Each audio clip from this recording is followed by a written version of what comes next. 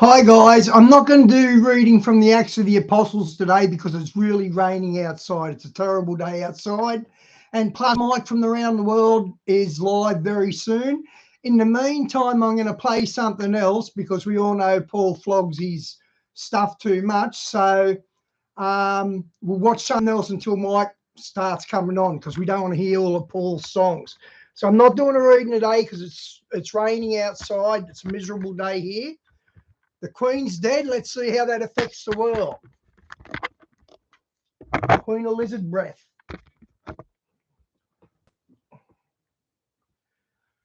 Right, it's Paul. Okay, I'll come back to him. Library. Like videos. Okay, could this be what's coming? Tom Hughes, I think. Yeah, Tom Hughes. Now get on the tablet so I can talk with it.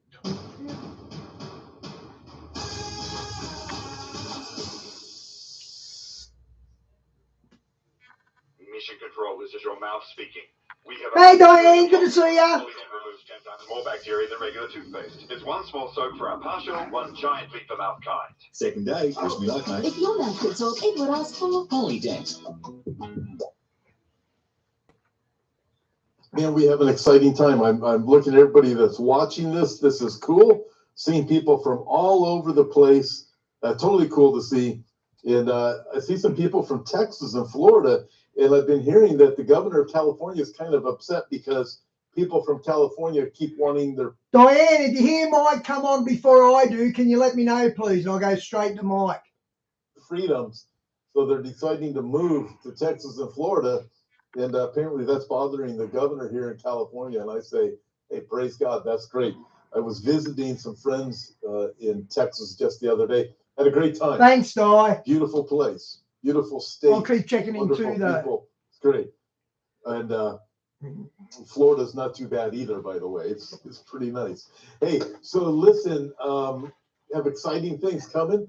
So first off, I will be speaking on September 9th and 10th up at Prophecy Conference, Calvary Chapel, Santa Rosa, The Rock. And the information is there. You can see it. There it is. You can click. There's a link in the YouTube description. But go to Calvary Chapel, The Rock in Santa Rosa, California. And that's up towards Northern California. And I hope that you can make it. Speaking also will be Don Perkins, Olivier Melnick, and Brandon Holthouse, and myself. So I hope that you can join us if you're up in that area. It's going to be a fantastic time. Go to the link, check it out, get more information there. Okay, you guys ready? Yep. Oh, the app too. Don't forget to download the app. We have our Hope for Our Times app. It is free to download. And we're getting all the bugs worked out of this thing. Pretty soon, we're going to have them all worked out. I was hoping that tonight we're going to be able to go off of YouTube and Facebook for a little while and just go onto the app, and I was going to be able to talk to you about a couple of things that I can't say on YouTube without getting censored. But I'm pretty sure that's going to be coming this week. We just got a few more minor details to work out. But folks, we are so close. And but you can watch this right now on the app too. So you can go there, Hope for Our Times, and check out the app. And when we get over to the app and we're able to go off of YouTube and Facebook for, let's say, I don't know, 15 minutes or something like that, and talk about some of the things I'm not allowed to talk about here, we'll have a number that you'll be able to text me the questions. I'll get them directly on here, and I'll be able to take your questions, and we'll be able to go for it. So you'll still be able to do that. So that's actually kind of cool. So we have all these things. I'm guessing any day now we'll have it. And you'll know because I'll say it. So, hey, here we go. Okay, so you guys ready? All right. So we're going to do a prophecy update tonight. And I titled this, Could This Be What's Coming? And man, there's some things we're going to talk about tonight that might get a little frightening. Yeah, I'm early because Paul Begley's gone early with Mike from Around the World. I'm just killing a bit of time until Mike comes on because we don't want to listen to Paul's promotions. So, yeah, that's why I went early.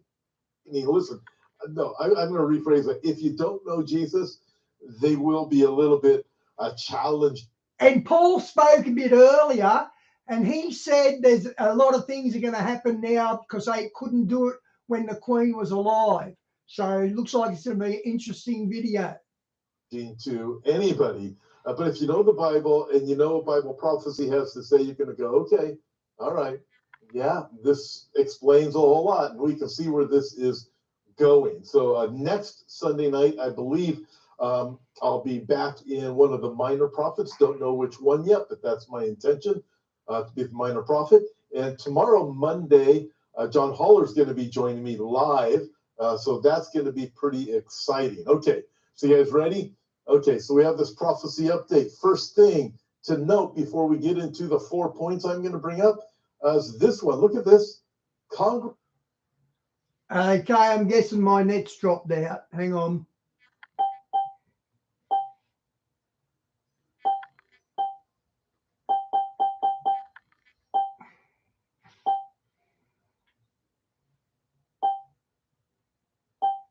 Yeah, it dropped out.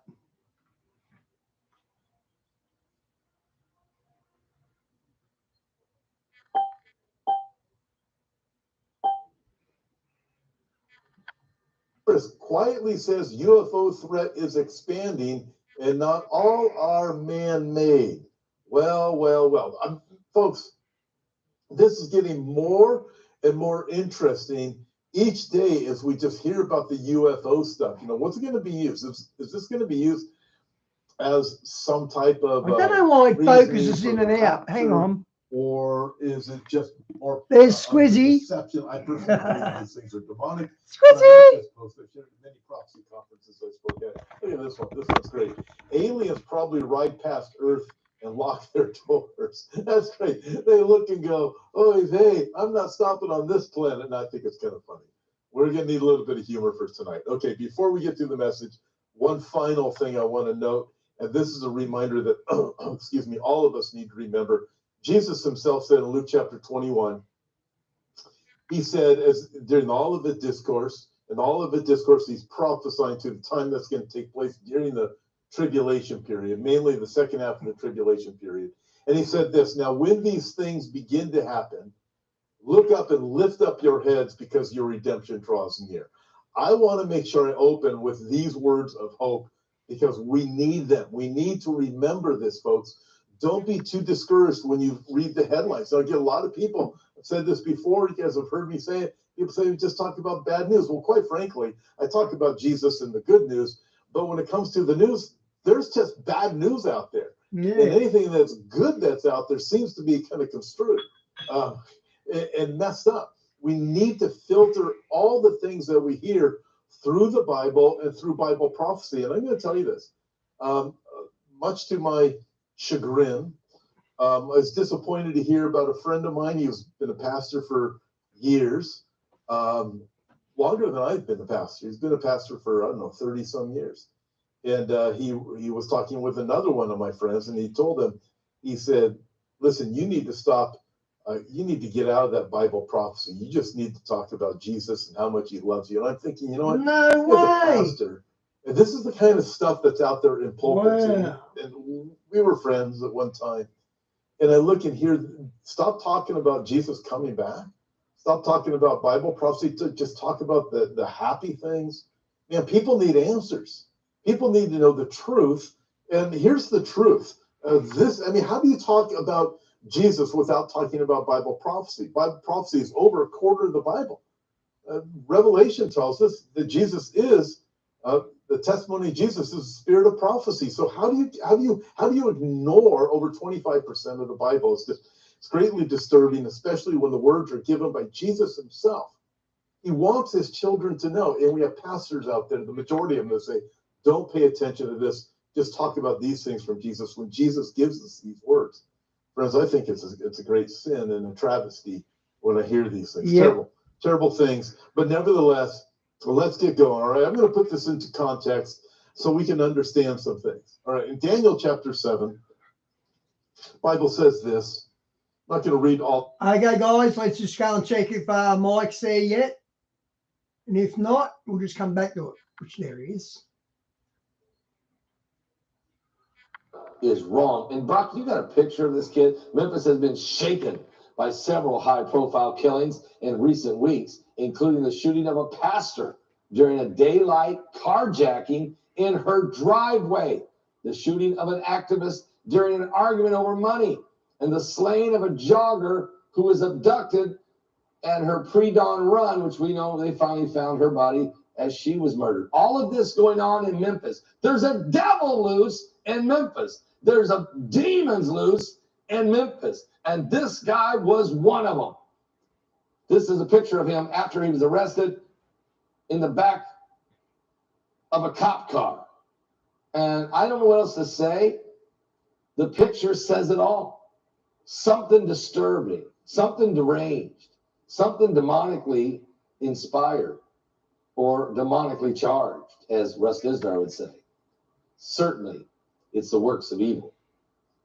Pray for the families of the victims. Pray for these families and pray for the terrorized, very terrorized city of Memphis. When is this going to end?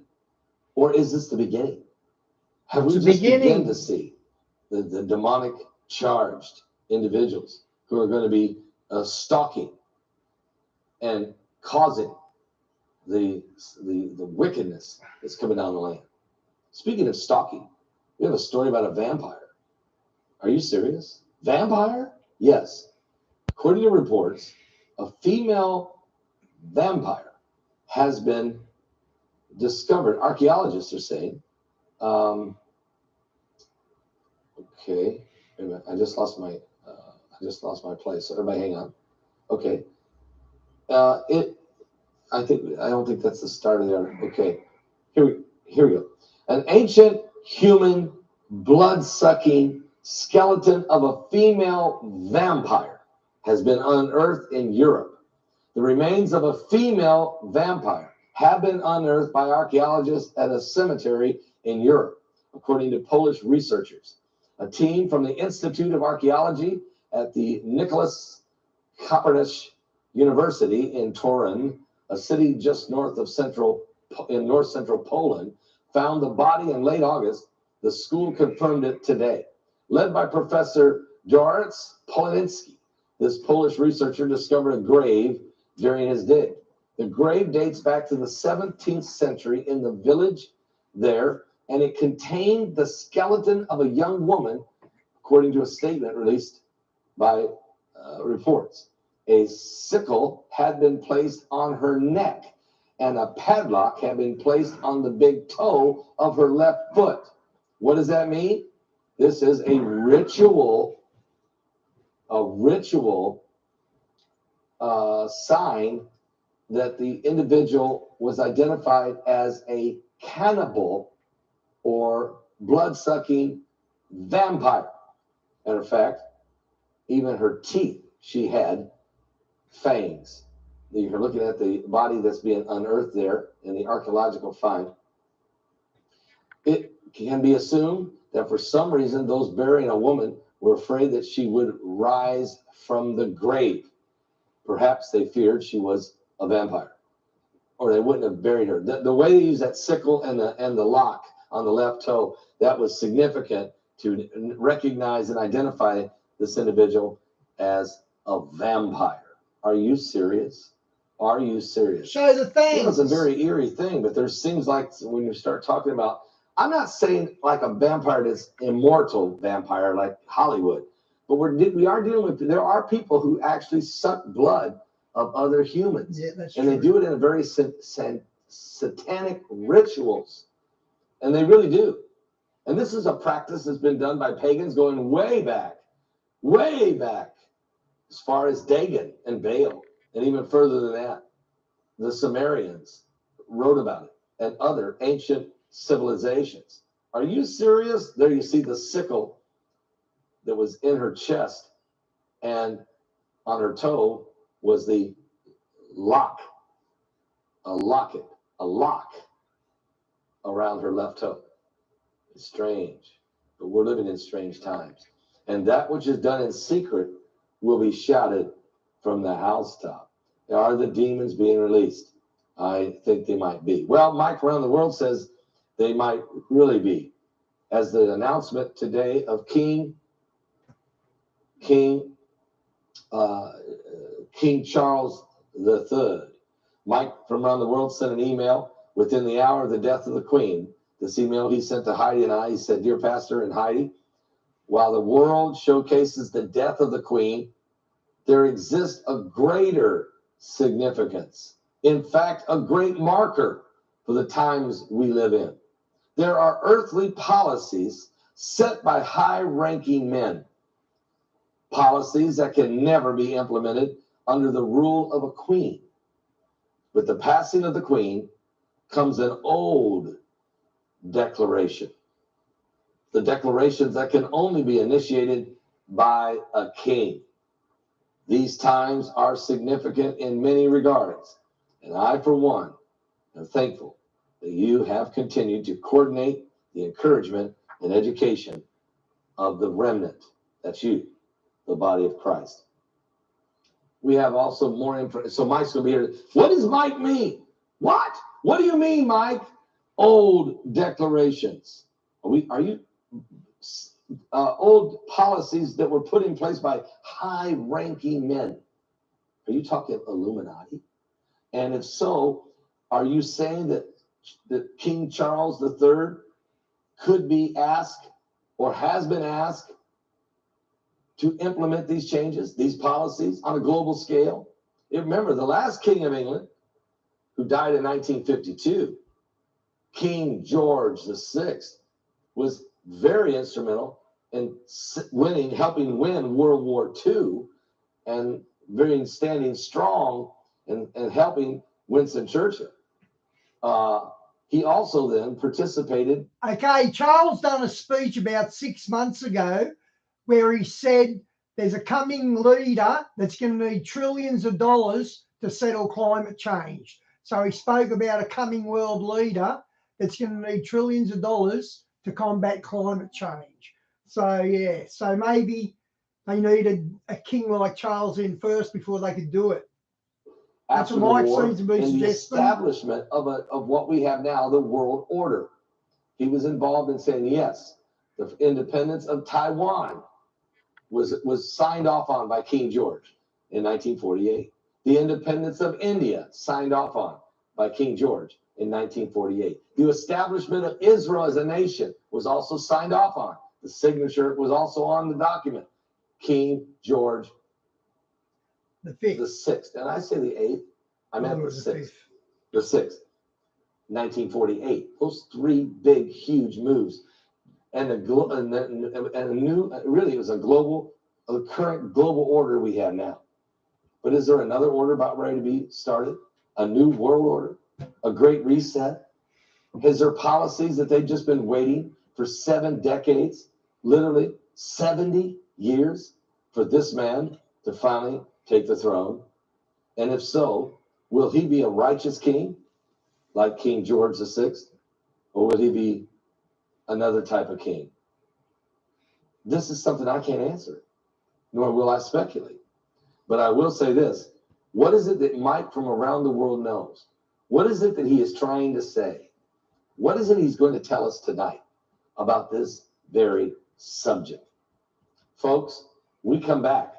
We've got the sun is being volatile, and we got Hurricane Earl. We got craziness going on right now, just like the Bible said it would be in the last days. Things are shaking. Things are shaking. The bones of Elisha are shaking. The dry bones are shaking. Rattle. I'll be right back after this song. Rattle.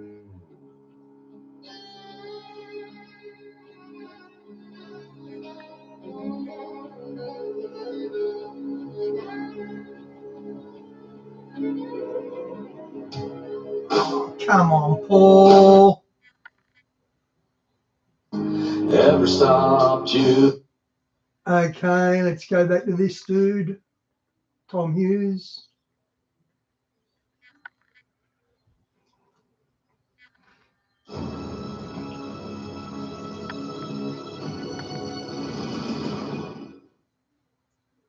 It's time you switched to Budget Direct. 15% off car insurance online. Budget Direct, insurance solved. I'm not going to read all of the verses, but Daniel has these visions of different empires in different times. It comes down to the fourth beast and the final empire of the last days. In Daniel chapter 7, verse 7, Daniel writes, "After this I saw in the night visions, and behold, a fourth beast, dreadful and terrible, exceedingly strong, and had huge iron teeth. It was devouring, breaking in pieces, and trampling the residue with its feet. It was different from all the beasts that were before it, and it had 10 horns." Interesting.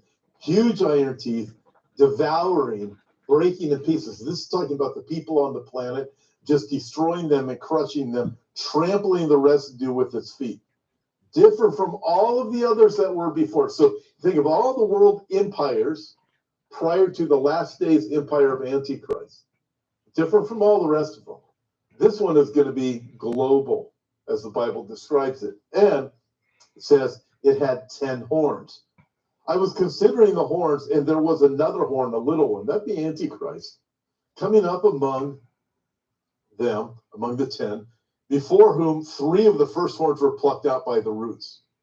And there, in this horn, were eyes like the eyes of a man, and the mouth speaking pompous words.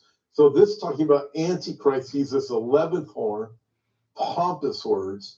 Verse 15, I, Daniel, was grieved in my spirit within my body, and the visions of my head troubled me. Verse 19, and then I wished to know the truth about the fourth beast, which was different from all the others, exceedingly dreadful, with its teeth of iron, its nails of bronze, which devoured, broke in pieces, trampled the residue with its feet.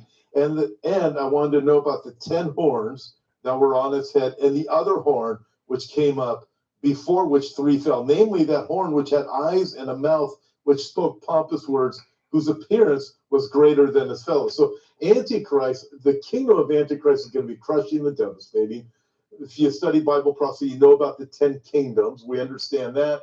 We're going to have this global 10 kingdom system. Antichrist is going to rise up. He's going to subdue 3 kings. Maybe they're pushing back against him or something like that. The Bible doesn't tell us why he will subdue 3 of them, but he's greater than everybody else.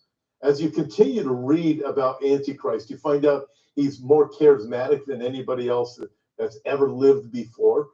He's going to win people on both sides of the political aisle, the right and the left.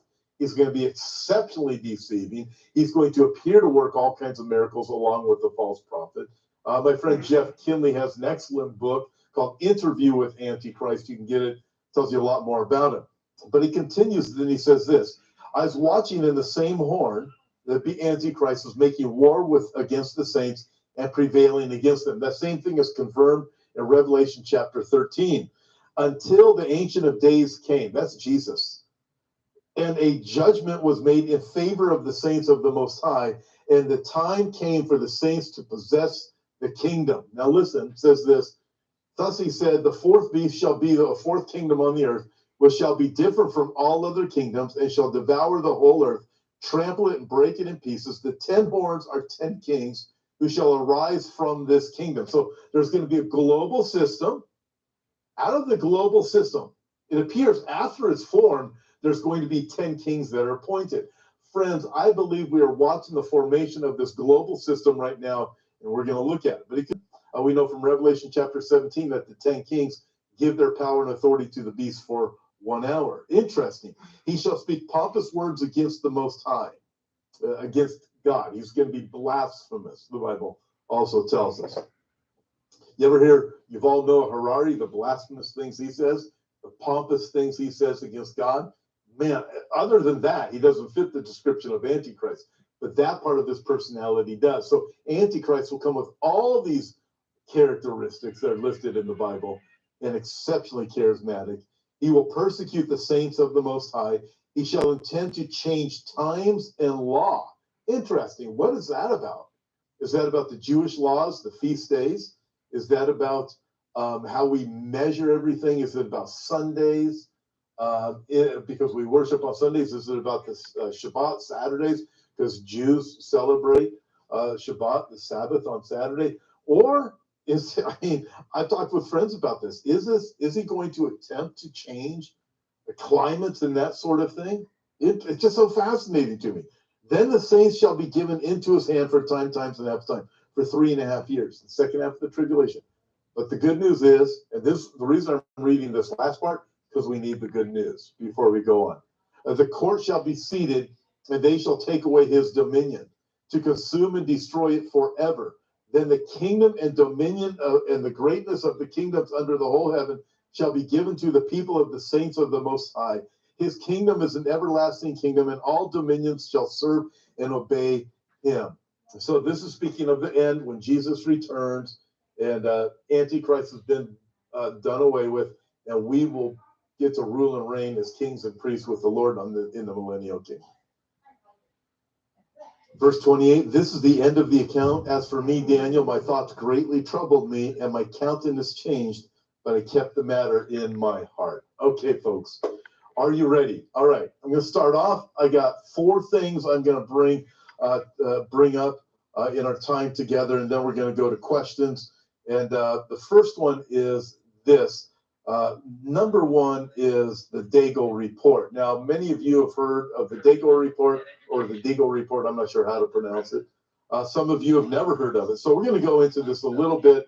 I'm going to scratch the surface of it and bring it to everybody's attention so that we can understand some things.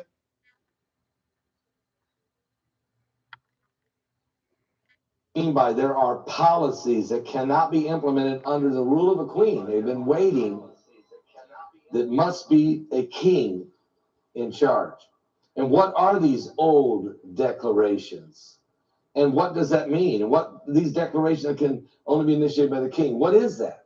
Is he about to establish a new world order? And the reason I say that, not being a conspiracy theorist, but the last king set in place the current world order, King George VI.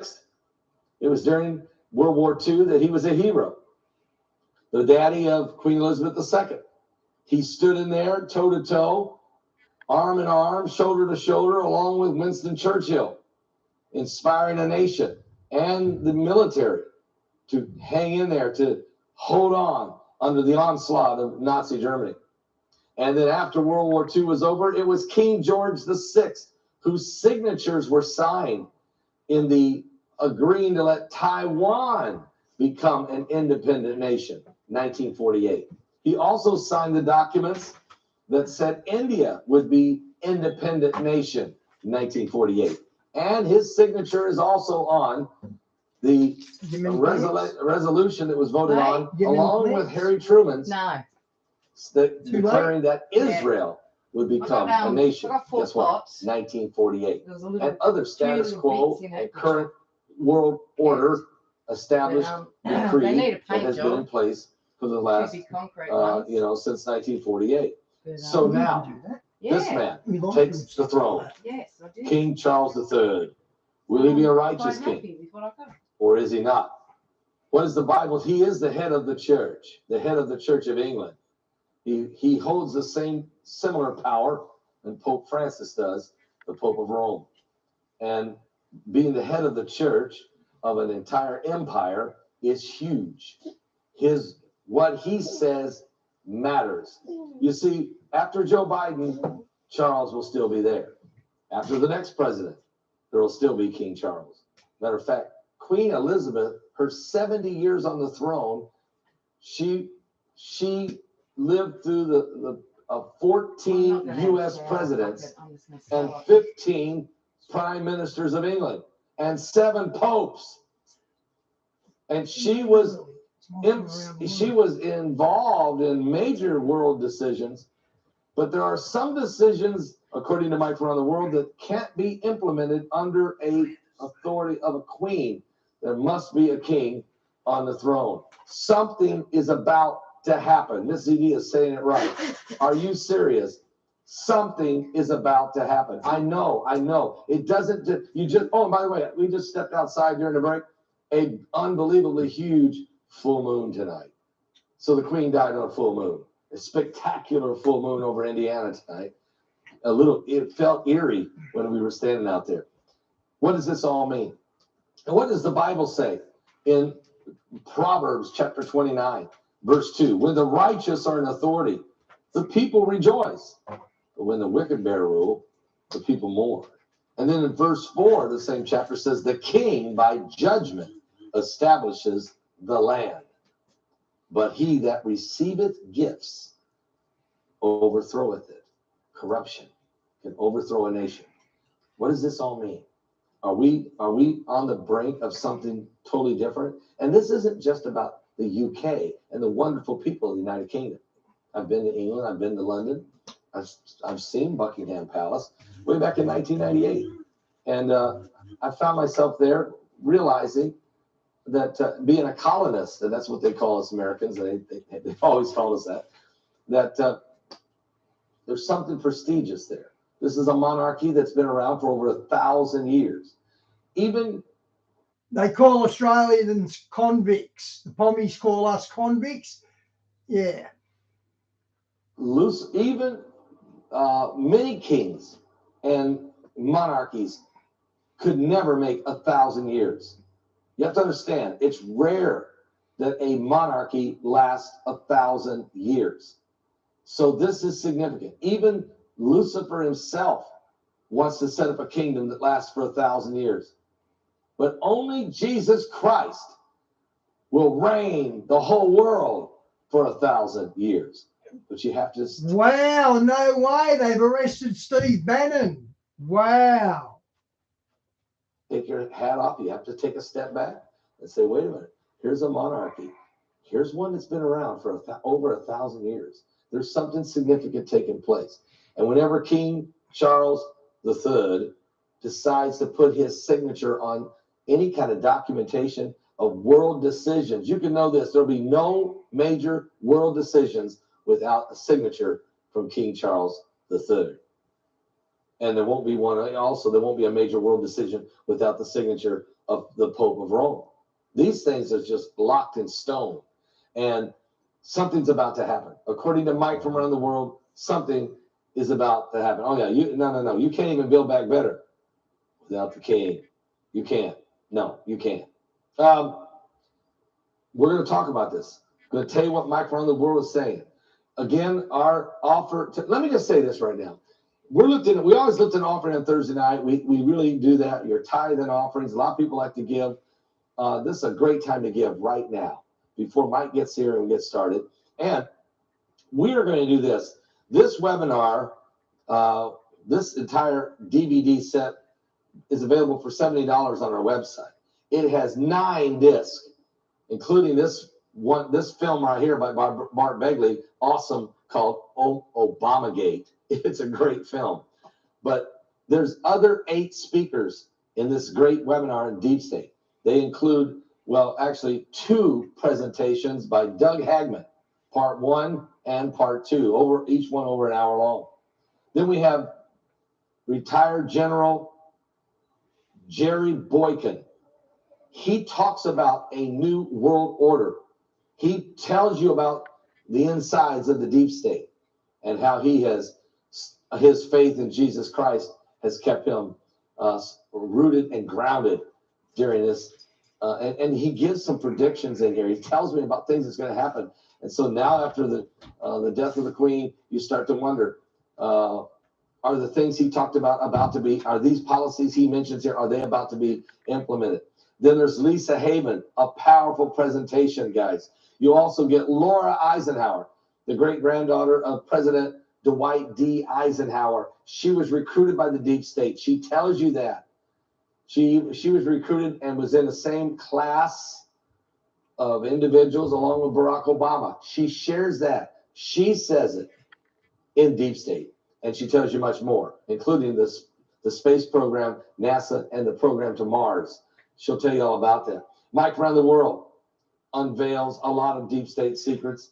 Also, L.A. Marzulli's presentation is incredible. Steve Quayle, you know it's amazing. And Pastor Paul Begley. I tie it all together from the book of Revelation and the end of days and the rise of the Antichrist. I want to send, so your love gift tonight. Let's lift the tithe and offering right now. Let's do it right now. Everybody go to our website, or you can give, any love gift of $45 or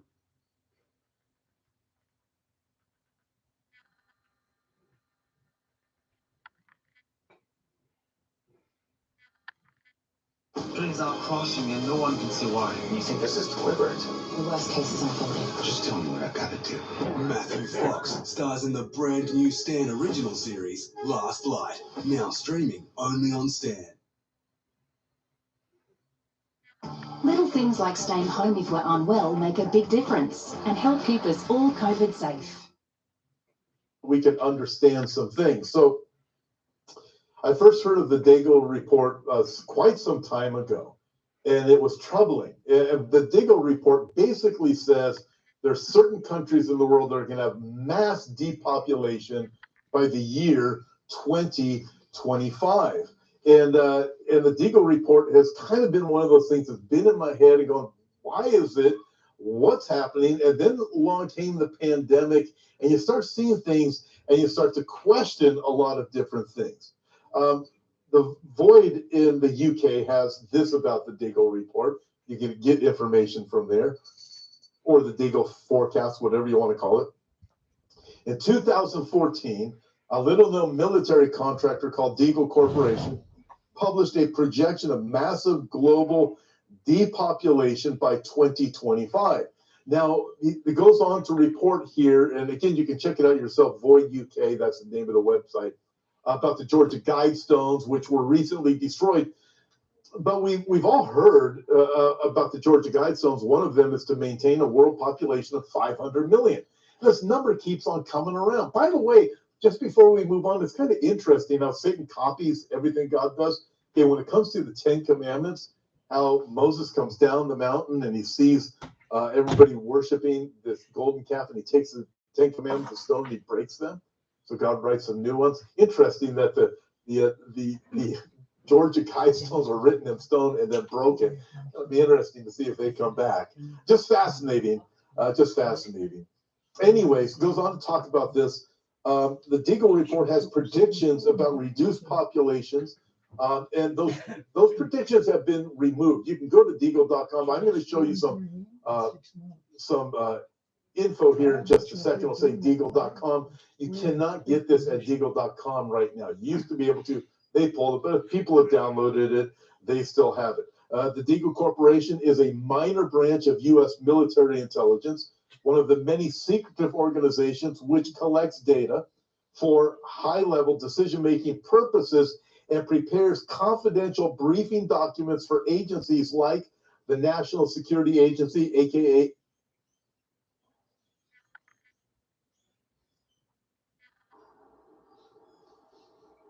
That is an incredible. See it again. Play it again, Sam. I mean, amazing, amazing. What? Just explosion. And that's really what it is, an explosion on the sun.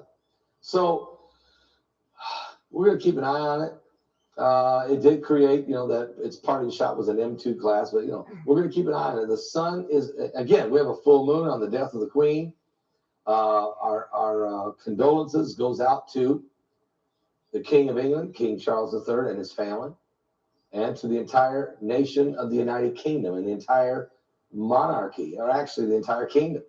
14 nations were under Queen Elizabeth II. Now, these 14 nations are all under King Charles III. The Queen will be missed. She was loved.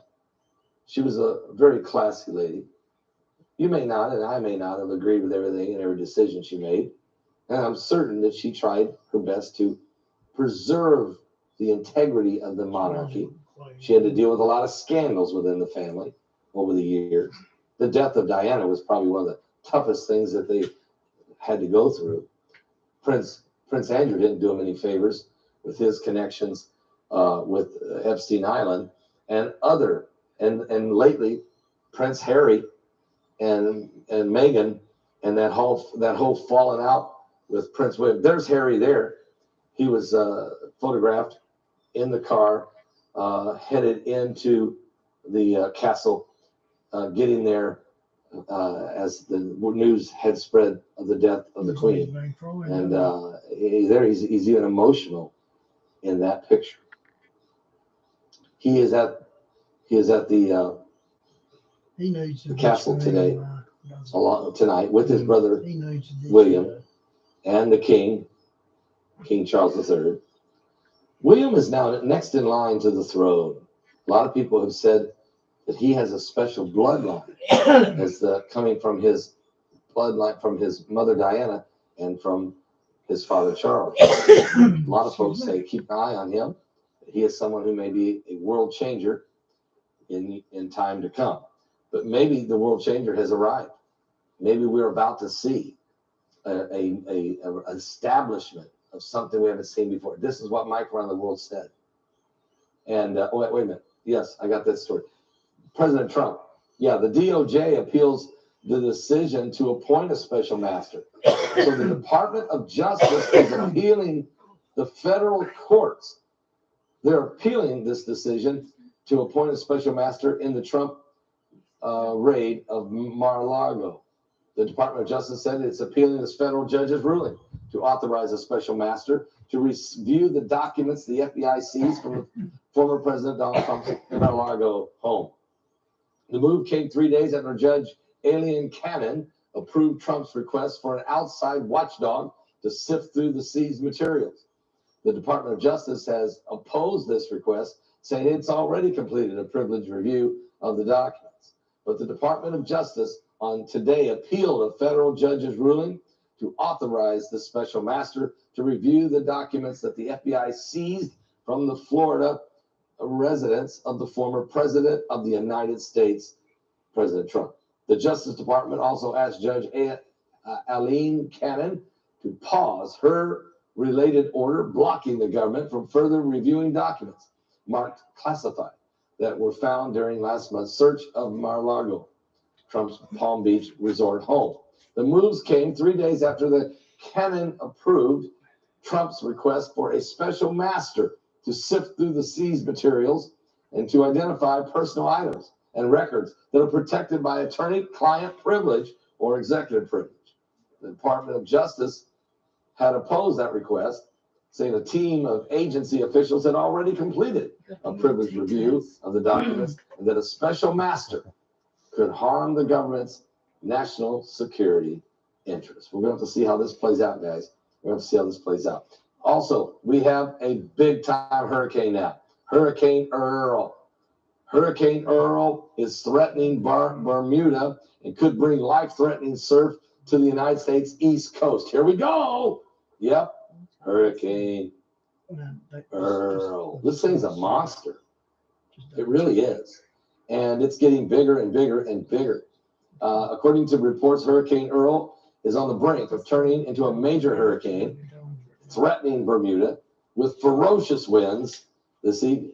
Hurricane conditions are possible on Bermuda overnight, and the Miami-based National Hurricane Center said this afternoon. Swells generated by Earl have been building near Bermuda and are expected to reach the U.S. East Coast later today. These swells are likely to cause life-threatening surf and rip current conditions through the weekend, according to the National Hurricane Center. And in a post on Twitter, the National Hurricane Center for Boston had said, be aware of these increasing swells and rip currents coming this weekend in Wilmington, North Carolina.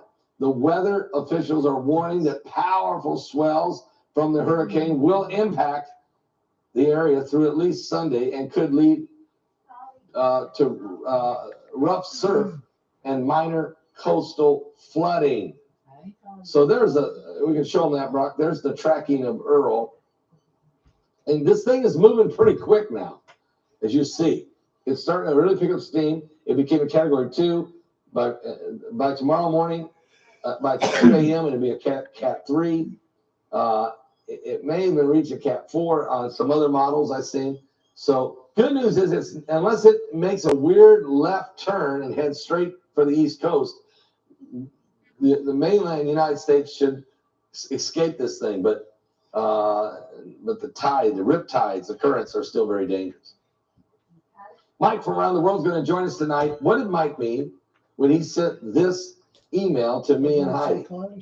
He said, while the world showcases the death of the Queen, there exists a greater significance. In fact, he said, a great marker for the times we live in. What does he mean, a great marker? There are earthly policies set by high-ranking men policies that can never be implemented under the rule of a queen. And while the passing of the queen comes an old declaration, the declarations that can only be initiated by a king. These times are significant in many regards. I, for one, am thankful that you have and continue to coordinate an encouragement and education of the remnant. Mike around the world, what did you mean by there's a greater significance than the death of the queen? 70 years on the throne. There's something greater than that that's happening behind the scenes. And when you say greater significance, he said, a great marker. In other words, this is a milestone. There's something getting ready to change. The last king that said, Okay. Is the queen the person Mike from around the world saw in the coffin? Do you remember he keeps going on about this coffin that he saw? Was it Queen Elizabeth? on the throne 70 years ago, King George the Sixth was instrumental to help Winston Churchill to defeat Nazi Germany and the Allied forces and to save Buckingham Palace. Matter of fact, save London and the United Kingdom. He was then, after the war, his signature, he signed off on personally the independence of Taiwan in 1948, the independence of India in 1948, and the independent state of Israel, 1948. His signature was on all those. Thank you. Was that the same year? 1948, and the Philippines. Thank you, Brock.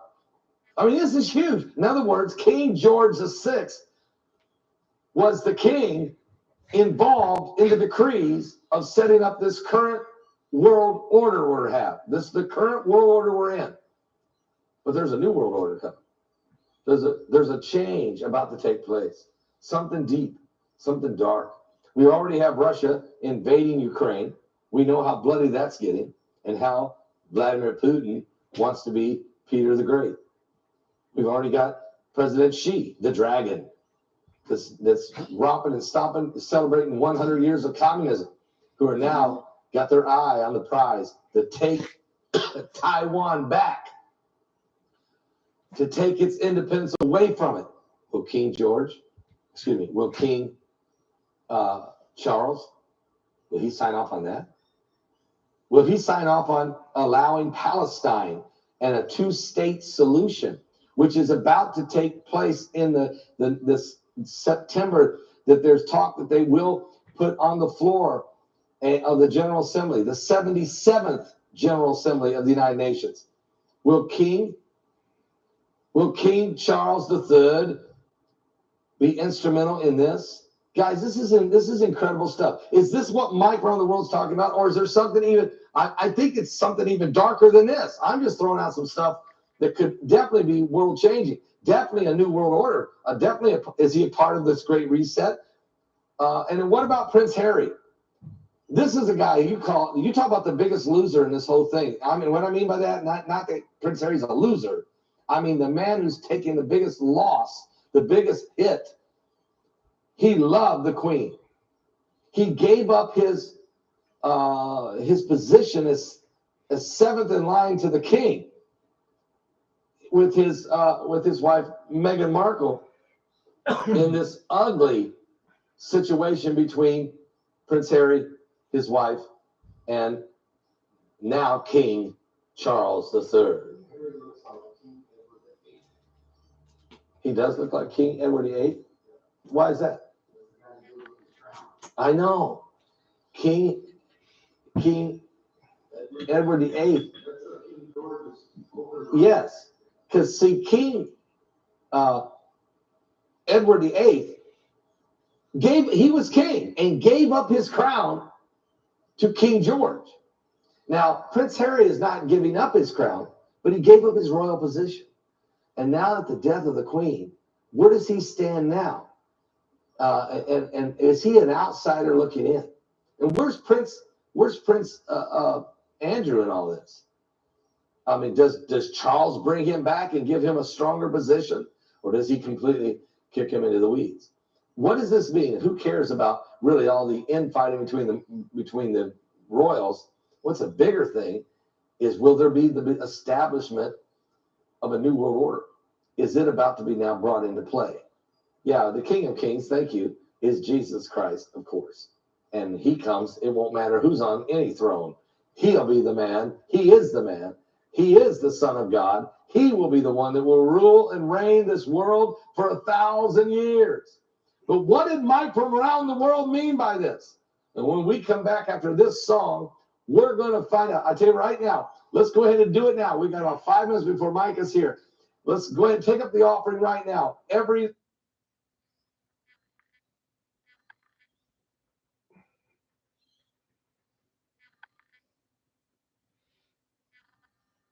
Great value on Australian fresh this spring, helping you get your woolies worth. We test the air here, so you have complete control of it here. Buy now and get up to $450 cash bonus. Mitsubishi Heavy Industries, the experts in air. The agency, aka NSA, the UN, the World Bank, etc. Deagle is known, for example, to have contributed to a Stratfor report on North Korea. With this kind of pedigree, Deagle should be seen as a legit.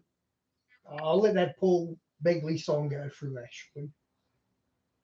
This is my song, praising my Savior all the day long. Perfect submission, perfect delight.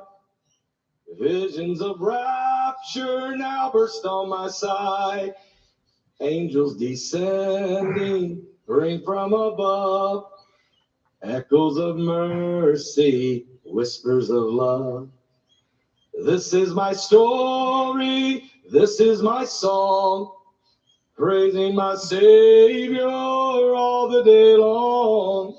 This is my story, this is my song, praising my Savior all the day long. Praising my Savior all the day long. I think this is from my first album, if I'm not mistaken. Okay, you done your song. Bring Mike on. I just saw it a second ago. It's under probably the songs, wherever it went. And when we come back, it'll be Mike from around the world.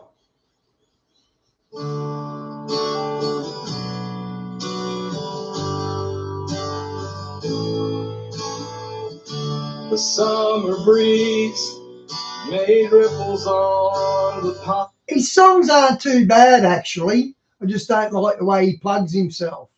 They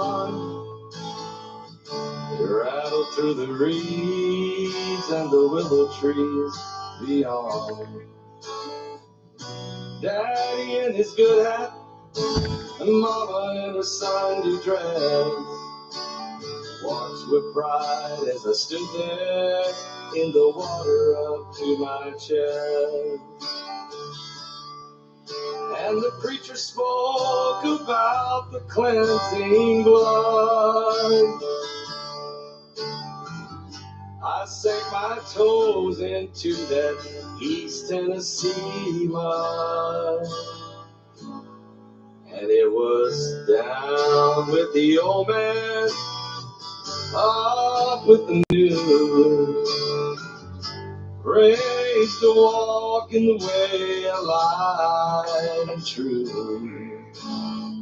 I didn't see no angels, just a few saints on the shore. But I felt like a newborn baby, cradled up in the arms of the Lord. Amazing grace, oh how sweet Welcome back, Hen. There was glory in the air, there was dinner on the ground. My sins, which were many, were washed away and gone. Along with that buffalo nickel, I forgot to leave at home.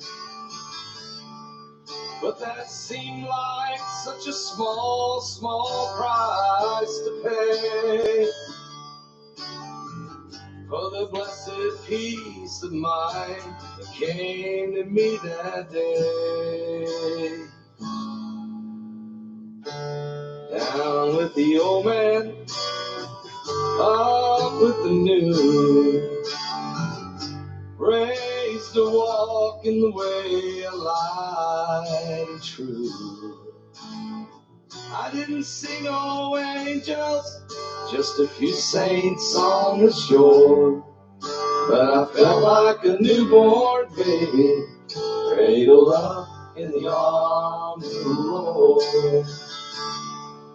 This road is long and dusty, sometimes the soul must be cleansed. And I long to feel that water rushing over me again. And it was down with the old man, up with the new. Raised to walk in the way of light and true. I didn't see no angels, just a few saints on the shore. But I felt like a newborn baby, cradled up in the arms of the Lord. I felt like a newborn baby, cradled up in the arms of the Lord. Apparently Mike's on as soon as this song finishes. So come on, Mike, hurry. Our ears are bleeding. Actually, I don't mind his songs. What a beautiful song, really. What a beautiful, beautiful song. Mike Around the World is going to join us any moment now. And his email to Heidi and I was so significant, so powerful. He sent this to us within the hour of the death of the Queen. And he said, while the world showcases the death of the Queen, there exists a greater significance. In fact, a great marker for the times we live in. There are earthly policies set by high-ranking men, policies that can never be implemented under the rule of a queen. With the passing of the Queen comes an old declaration. The declarations that can only be initiated by a king. These times are significant in many regards. Mike from the World is joining us right now. Mike, how we doing tonight? Uh-oh. Yeah, well, let's try it again. Mike, are you there? Maybe. Mike, are you there? Uh-oh. We're having a technology breakdown? Hang on, Mike. Hang with me, Mike. Mike! Technology, PBT, not now. Mike. You got it? I got you. Brock, let's see. We get some sound here. All right, we hear you. Let's do a mic check on this. Literally a mic from around the world check. Yep. Brock? Okay, how do you hear? We can hear you. I'm hearing you. Brock, do you hear it? Yeah, okay. All right, Mike, how you doing tonight? Are you there, Mike? Mike, where'd you go? Okay, guys, hang on. Old school. Oh, there you go. We have some technological issues over here too. What in the world? What's an on day? Well, and Brock, can you give me a little bit of volume out here? Let's see, that'll make it a bit better. That's better. That should make it a bit better. Okay, that's better, Brock said. Thank you. All right, Okay. Mike. Yeah, you know what? This, again, I'll read your email. Thank you for sending this. It really set the stage, I think, for tonight. You sent this email pretty well within the hour of the death of the Queen. You said, hello, Pastor and Heidi. While the world showcases the death of the Queen, there exists a greater significance. In fact, a great marker for the times we are in. There are earthly policies set by high-ranking men, policies that can never be implemented under the rule of a queen. While the passing of the Queen comes an old declaration, the declarations that can only be initiated by a king. These times are significant in many regards. I, for one, am thankful that you have and continue to coordinate encouragement and education of the remnant. Mike, I appreciate that that email, the kind words as well, but there's some big statements in here when you're saying that something even greater than the death of the queen is happening, and that is a great marker. Can you tell us what? Okay, you got to explain this to us. Well, first of all, the queen, she really did represent the last era of morals and ethos, right? And it's important for everybody to understand the coronation that takes place, that ceremony that takes place for the queen and the king for the entire world, not just for England. We all know that things run by money. And without money, there's no power for a nation or a place, so on and so forth. So when the queen passed, well, first of all, when she was installed, we'll say, there was a reading specifically for her that she was asked a question, and of course she answered it, and it was one of the archbishops asked her, "Will you, to the utmost of your power, maintain the laws of God and the true profession of the gospel?" And although there are rumors and everybody is human, she really did represent morals in her time. Yes, she did. But for her pass at the 70th year, first of all, it was astounding. That's just astounding, because it and then, but of course, with me, these things are based in deep spiritual connotations. Amen. Very deep spiritual connotations. Number one, about the rainbow, I know a rainbow is majestic, right? Yes. And it can happen anywhere. But all of us should remember that God told Noah that the rainbow would appear at times when he deems the world as worthy of destruction. So we have a double rainbow. Something's wrong with it.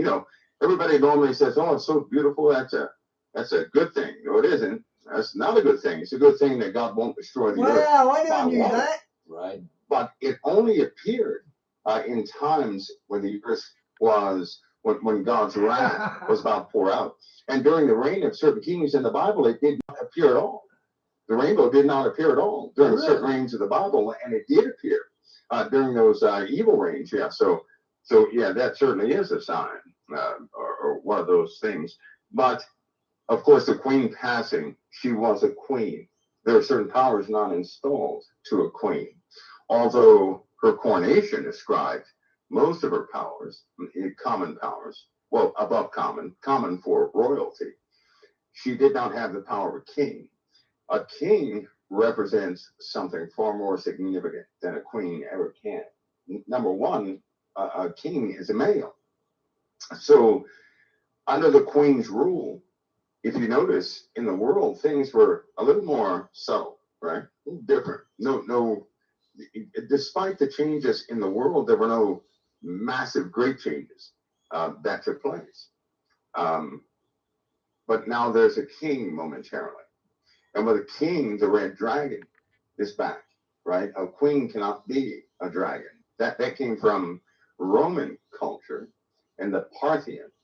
So then that even the crest of Wales, that red dragon represents a certain type of authority. And it's fully installed with a male. It cannot be that way with a female. So the crest, the royal crest, has a dragon on it. Well, there's a badge.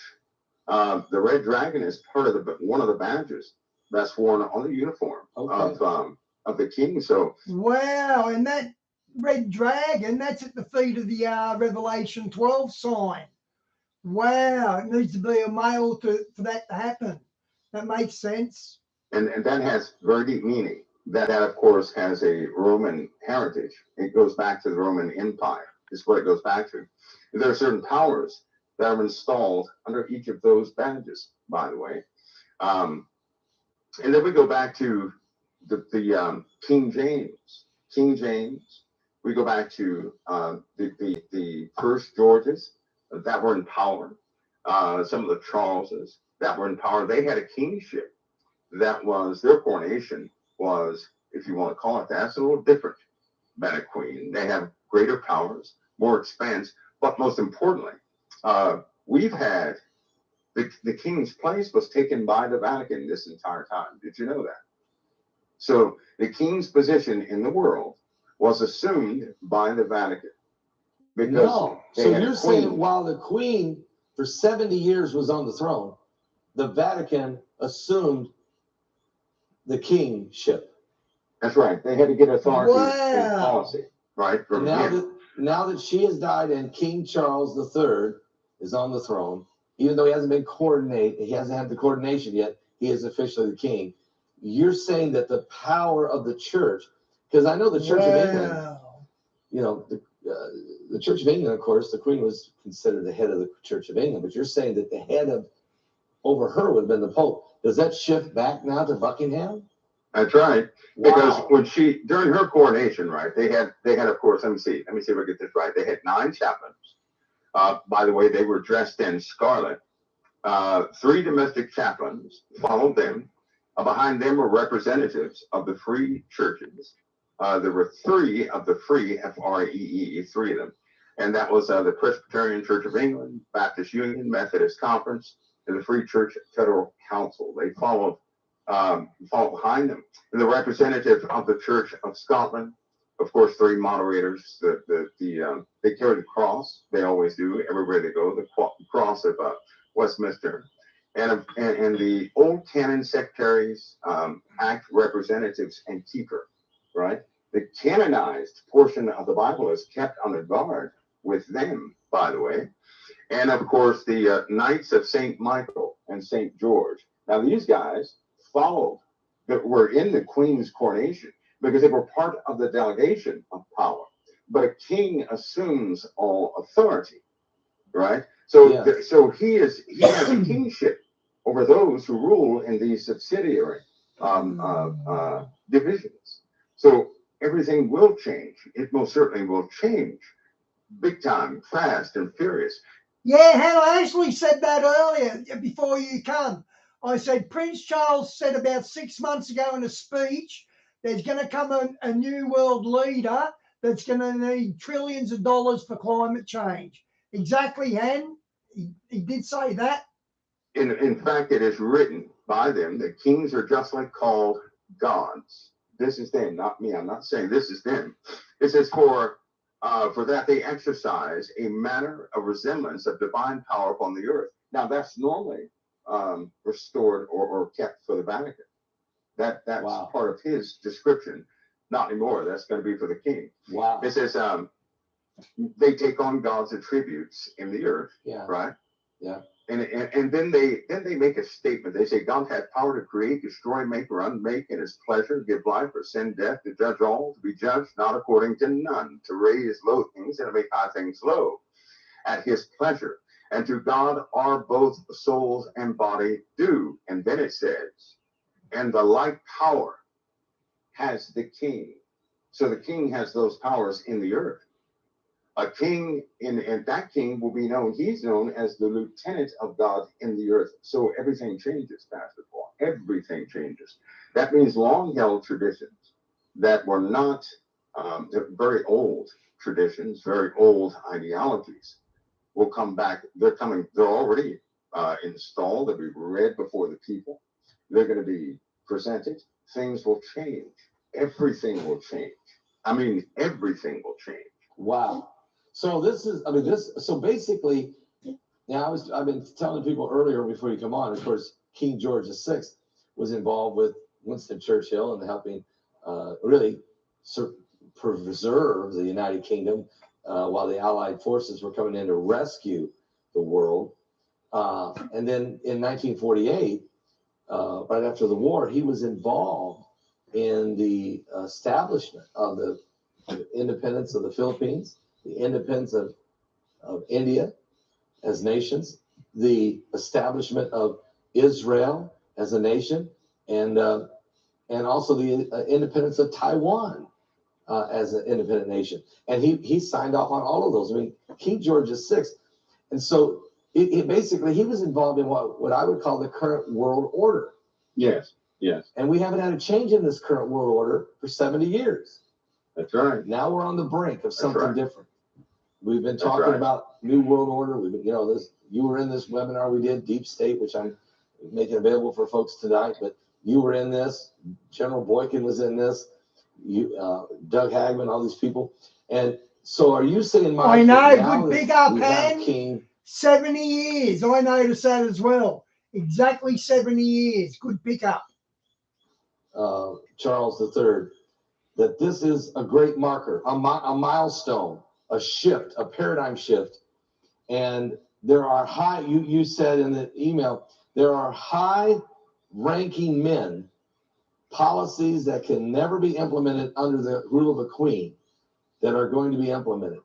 That's right. Who are the high-ranking? See, I never knew that, but I never heard that before, that there's things that can't be released under a queen. And we're not going to miss nothing, because when I stop it, it just means we're like 20 seconds behind it, so we don't miss nothing. But the fact that the queen couldn't do it, and because she's not male, that's talking about that dragon at the feet of Revelation 12. So I wondered what he meant by that. Why couldn't a queen implement whatever? Because it has to be a male. I thought he was going to use some sort of legal term, but it's not. Men. Are we talking about the puppet masters? Are we talking about the Illuminati? I mean, who are we talking about here? No, these are the ones that impact everything we do, right? Kind of like the food crisis, some of the petrol problems, the oil issues. They govern all of that. If these things are happening, you just can't look at them and say they're happenstance. But that's just like in the 70s, 80s, and 90s. They turned over everything. In other words, there were certain policies of protection that were signed for the Queen's domain, so that they could level things out. That was at a time of high morals. Those high morals are not there anymore. Yeah, the house, that royal house is almost broken apart. Yeah. You can see everything in shambles. And so, believe me when I tell you, there are going to be some, there's an institution of new policies nobody has ever seen before that restore the ancient right. And guys, with King Charles, let's not forget Sir Jimmy Savile, Charles' best friend, who turned out to go down as UK's worst ever paedophile, and Charles knighted him. So let's not forget what really goes on behind these guys. Of a king. A king is responsible for administration, not only of human beings, so to speak, but of their souls also. Because he is the head of the Church of England. That's right. And here's a question, because you'll hear people say, well, England, the British, United Kingdom is now under its own parliament. They have a prime minister. These are just figureheads. But Mike, I'm going to ask you a question. Who really is in power here? Are you saying the king really is in power, and that the real puppets are the guys, the politicians that come and go? Is that what you're saying? I saw Charles bow to one of the Rothschilds or one of the Rockefellers. I can't remember which, but I've seen him bow to him. No, I'll tell you, that place is like the central seat, right? It's the central seat of power in this world. In this world, you have public representatives and you have private leadership. Private leadership governs this entire earth. Okay. Wow. These people that people see, the representatives of those members, to a large degree, they will always come and go. But now you have a kingship reestablished, is what you have, and they will exercise rights to that kingship, because if it's one thing they believe in, it's just like their recent some of the recent news that's not really covered is this problem with witchcraft around the world, right? Yeah. And more and more people are joining forces with these witches, becoming witches and warlocks. Well, because of that, you have certain individuals who have come out of these underground clubs that are coming to speak out. Nobody cares. Nobody cares to listen to these guys and what they're doing on a daily basis. They don't care. And so what you do have is you have satanic rule implementing itself in the earth. you know, Revelation, I know I sound like a dead horse, but the beast looks just like the dragon. The dragon can't do anything in the spiritual realm because of Christ and the blood. So what he did was he influences mankind to replicate everything he's doing. So he built a copy of himself. And Diane, Disney just released a cartoon. I think Han posted, or you might have, where it's a little girl calling demons into her, and there's a big pentagram. Yeah. So Disney's doing satanic children as well. And this plane of existence is what he's doing, and he will possess it. Right? Of course, you know that, Pastor. Yeah. But he will possess that kingdom. Well, if this is not the beginning of it, yeah, it must have been you, Di. I remember that. That's terrible. This is not the real beginning of the kingdom, not necessarily the person, but of that kingdom, because now you have authorities that will be reinstalled, that were not installed. These guys, even in the underground, these high-powered individuals will not do anything outside. They don't go outside of prophecy. Have you noticed that? Yeah, they will not go outside of prophecy. Because I'll tell you right now, they know prophecy better than most people on the on the planet. These guys have very ancient ties. They know all languages, all the Hebrew, everything. They have all the artifacts. By the way, who do you think pays these archaeologists to go out there and dig up everything? It's these guys. So they get the first dibs on the finds. Yeah. They take what is important, hide it from the populace. They keep it. They study. They work around prophecy because they know Lucifer's limitations. Yes. They already know his limitations, and they absolutely worship Lucifer. Right? We're not talking about the Church of Satan. That's not what we're talking about. No. We're talking about people who have action to what they do every single day. I mean, they manage and micromanage everything on the face of the earth. Amen. And all these powers are about to come topside. So now they're about to come topside, and like you said, you're saying may not King Charles III may not be the guy, but he represents the position. And now it's getting re-implemented, is what I'm hearing you say. That's right. That's right. I'm saying he might not be the guy, and then he might be the guy. But let's just say we don't know that for sure. But let's ask yourself this. You mentioned in this email, you said, while the world showcases the death of the Queen, there exists a greater significance. I mean, that statement is greater than the death of the Queen. There's something even bigger than that going on. That's huge. In fact, you said a great marker, or I say a milestone or a significant declaration for the times we live in. There are earthly policies set by high-ranking men, policies that can never be implemented under the rule of a queen. With the passing of the Queen comes an old declaration. Yeah. Do you mean by what is the old declaration? You could liken those to Babylonian rites. Okay. They go all the way back to Babylon. All the way back. Kind of like we have the Ten Commandments, right? Right. Well, they have something else. It's very real. Everything is established based on these. You know what? It's going to be a time where many people begin to mature, Pastor Paul, because the kingship is soon to be exposed as to what it really is. We're not talking about we're not talking about the king and the queen on earth. That's not what we're talking about. We're talking about the entire system is coming topside, right? Things topside are becoming, they're about to take a new twist. So when we say New World Order, or we say the Great Reset, or we say the rise of the Antichrist, or the era. There are many names for it, Pastor Paul, but let's just say a final doors open. You know what? This entire time,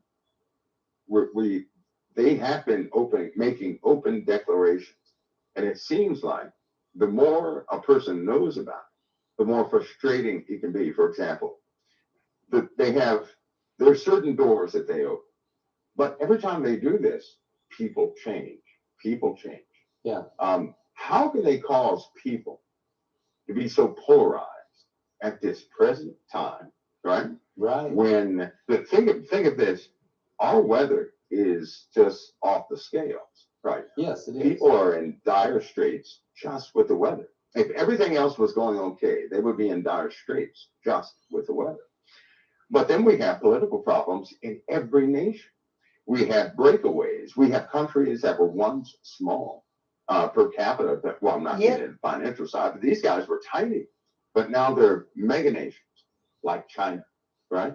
So what happens if China all of a sudden announces to the world that they've zeroed out financially? What would happen? Despite their boasts right now, what would happen if China said, we're kind of broke? We got to call all The debt. world economy would crash. Oh, that would be awful, wouldn't it? Yeah. And who controls, who actually controls when you're talking about the markets? There are three sides of the markets. Now, I did a lot of work with computer-based systems. I mean, on the backside of the computer-based system. Really? And I can tell you right now that the software side of it, the back. some of the algorithms, right, Yeah. they're not innocent like you would think. They're just not. They're not innocent. They have a specific outcome that they calculate towards on a continuous basis. So you have folks who have learned the system, right? But there's one problem. They don't know the system is partially set, is what they don't know. They don't know that system is partially set. In other words, our financial system is under the control of those. If they want it to crash, it will crash. If they don't want it to crash, it's not going to crash, right? Right. If we have food problems on a big scale, if they don't want that to happen, all of a sudden it's going to get restored. But if they do want it, nothing. How can anything be restored when these guys are the ones controlling the money and controlling where things go? So you have this controlling party who bided their time for a male to be appointed because the people are important. This is a part that is just no good. They need the cooperation of people. It cannot work without people. It cannot work without your audience, right? It cannot work without your audience. In other words, they need people to participate or they are powerless. They need people to agree with them. They need it, and people are doing it every single day. Pastor Paul, we live in a very immoral society. In the last 10 years, we have degraded so much. The word morals is out of the window. Yeah. Kids don't know what that is. Yeah. So these guys have been working overtime, and now we have about, just from certain policies, they were scrambling today. People were scrambling today. Yeah. Everything changes. Well, Everything is going to change. Let me ask you a question. Tomorrow, King Charles III is going to address the nation. I believe he's actually going to address the world. Every camera in the world is going to want to hear what he's going to say. Of course. Should we listen closely to the words he says? Is there anything there that might be a clue? Good to what question. direction the world is going? Some people have picked up that they always, for some reason, there's always some type of clue to where everything will go, right? Yeah. Remember we were talking about spam, and then all of a sudden the spam commercials started that's coming on television. remarkable. Remember that? How in the world you knew that? Of course, when you tell me that you've been involved with the algorithms or understanding the backside of the financial systems and things, so obviously you are privy at times to see some of the direction where they're going, and Arrogance. yeah, and that's It's really good. arrogance. It's good for the body of Christ that we have people. You're like an Obadiah, you're like a Daniel, you're like a Joseph. God has put you in position, and he does this. I think not only you, but I think there's a lot of others out there that are in government agencies, not only in this government but every government. God puts people in the right position to help us to know where we're going, or help us understand what's taking place, so that we're not totally caught off guard. And so I appreciate that. I appreciate that gift. I appreciate that. I really do. I thank God for you and for what God's doing in your ministry. It's been a blessing to the body of Christ. I got a question for you. So we're going to go through 10 days of mourning here before the Queen is put to rest. And then there's a coronation. Is there, what will happen? I mean, will the leaders of the world converge on London?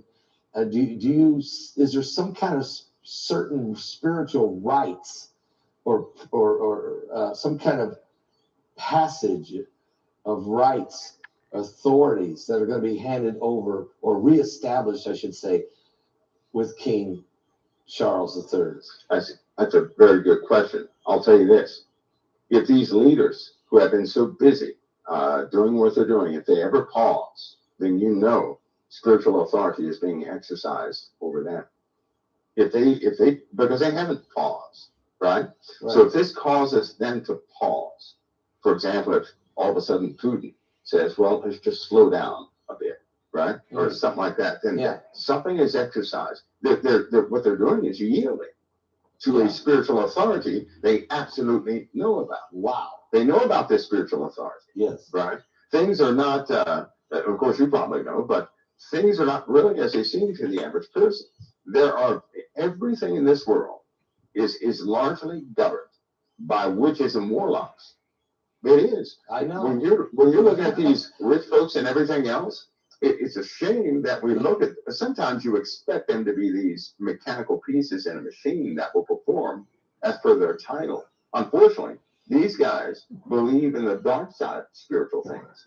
I mean, intimately, they believe in it. Yeah. I'd say 90% of the people that are common on television, they're involved in this stuff all the time. Right. So if they yield to what's happening, if they yield to this this 10-day reprieve, I'll say they will. If they yield to it, then you know that what they're really yielding to is the spiritual power. Wow. And if that ever happens, you know that a door is soon to open. You know what? There's something else too, Pastor Paul. And I never said it because I don't like that dream. I'm sure that people are asking about the coffin. They the queen is not the person in the coffin. I knew because I think you told me you saw a man, that it was a man. If I'm yes. Yeah. But there was an American in that coffin in America. So that happens in America. But here's the other part, right? Yeah. So there you go. It wasn't the queen in the coffin. It was an American. There were 2 funerals before this person goes. There were 2, right? 2 large ones, actually. And so I'm wondering, is this one of the large ones? I mean, it really it kind of got to me too, because I was like, wait a minute, is this one of the large ones? So you're saying there's 2 large funerals besides the one that took place before the one in the coffin. So the one you're in the wondering, coffin could will this be one change. of the 2? Well, this is Yeah, huge. I'm wondering. Let's face of it. course. I can't think of anything that could be bigger. There's no president on the earth who could have died. It would be a bigger funeral or bigger deal than the Queen of England. I don't think so. I don't think there's no world leader out there any bigger than Queen Elizabeth II. So if there was 2 big funerals before the funeral that you saw, an American man in America in this coffin in the stone steps, this has got to be one of the 2 big funerals. It has to be. Yeah, I can't think of anything. There was a lot of people at the first one. A lot of people. The second one was. It looked like the second one's hard to describe. I took note of it, right? But it wasn't the one. I was shocked by the one in the coffin, though. That one shocked everybody. Yeah. But there were 2 before that, quite large, also quite large. So. I mean, we just had the death of Gorbachev. I don't think that one would have been it. Although that no, because he's not one of those. No. These were deaths that people actually responded to. In fact, as per that dream, right?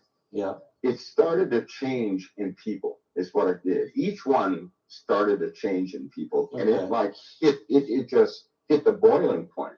That's the last one. So when you say if this 10 days of mourning, if you see and what I'm hearing you say, if there's a cooling off period, if Putin kind of backs off and doesn't go real aggressive for the next 10 days, if China kind of slows down the rhetoric with Taiwan, if Iran even kind of slows down a little bit, you're saying that if you see these kinds of things happen, you're watching other spiritual kingdoms being subdued under this change of authority. Is that right? Then that means that's where that central point of power actually is. Well, I'm going to be watching like a hawk. I am literally going to be glued to the geopolitical issues in the next 10 days, because I'm seriously, everything that moves now could be a significant clue to where this order of the world is going. And thing is, you can tie things to prophecy. I was just looking this afternoon before we come on here today in Proverbs 29 when it said, when the righteous are in authority, the people rejoice, but when the wicked bear rule, the people mourn. But if you go to verse 4, it says, the king by judgment establishes the land. This is not just this is the Bible telling you that it's a biblical principle that kings have super authority spiritually. That's right. Than men understand. That's right. And God gives that authority, even whether it's a good king or bad king. Am I right, Mike? That's right. That's right.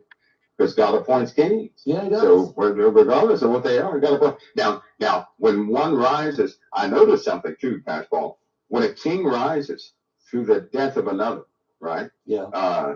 There's a pact. There's a, what do they? I can't remember what they call it. It's a difference between a king that's appointed and a king that's appointed through prophecy. In other words, by the fall of somebody before him, right? There's something that goes with that person. That person is not by himself, although he's still appointed, he's still there. Yeah. But that something goes with that king. But one great piece of advice is when something like this happens, if the rest of the world observes it and they slow down, then you know where that principal authority is in the earth. And that is absolutely trackable. I mean, it's like clockwork. You can absolutely see where spiritual authorities actually are, because the rest will yield to it. Do you think the political rhetoric in America is going to yield for 10 days? You see a cooling down here between the infighting between the Republicans, Democrats. I mean, it's just nasty. Do you see that? Well, if I tell you what, if America, if somehow whatever principality is here, if it is subdued by what's happening there, right? Yeah. Well, then that could potentially be it. So this is another thing to watch. It's another thing to watch. Yeah. Because if not, we have a problem, right? We have a big problem. Personally, I know things are changing. Right. Things are changing big time. You can't, people aren't going to discuss all of it, but things are changing. And a dragon is it looks like they're preparing for the dragon's activities, not necessarily that king, but certainly a dragon's activity. Well, if we talk about the dragon now, you've brought the dragon up about 4 times tonight, so we better go over and look at Revelation, because it does say that this dragon in Revelation 16, there's 3 unclean spirits that come out of the mouth of the dragon, the mouth of the beast, and the mouth of the false prophet. And are you saying that there may be an establishment of this dragon spirit, or am I sensing that? Will there be symbols? It's like things are converging. Things are starting to converge. Okay. Fast. Very fast. That really means that things are going to change fast, possibly without warning. They will change. Does this put the clock a little closer to midnight? Yes, it does. It's actually, past all of this actually begins a clock that's just never ticked, right? It's never ticked. Wow. The world has never been in this, it has never been in this condition. Not this condition. We're too advanced, right? We sit at the precipice of certain types of technology where we could destroy one another, right? Yeah. Countries are being called out. In other words, bluffs are being called, right? Most leaders are frustrated.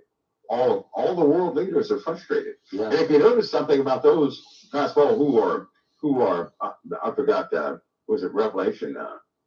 Anyway, it says there's some people sitting behind the leadership who agreed to give their power to the beast 1 hour. Yeah, oh, yes, right? yes. So nobody ever sees these people. They give their power to the beast 1 hour. Yes. Right?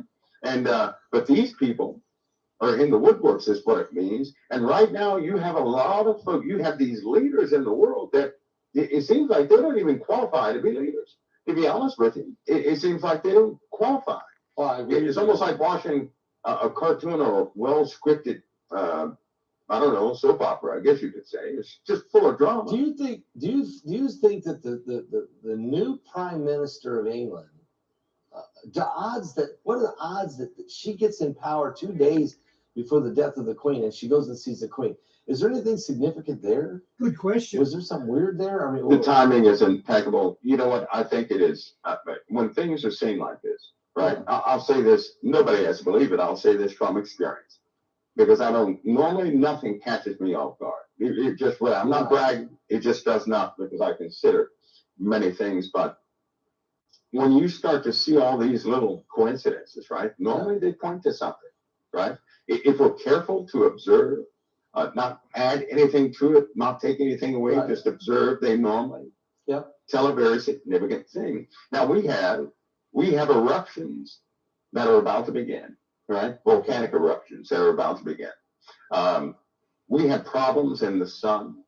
We have another type of shifting in the weather. Winter is coming. The Queen is gone, right? Yeah. America has, let's go ahead and face it.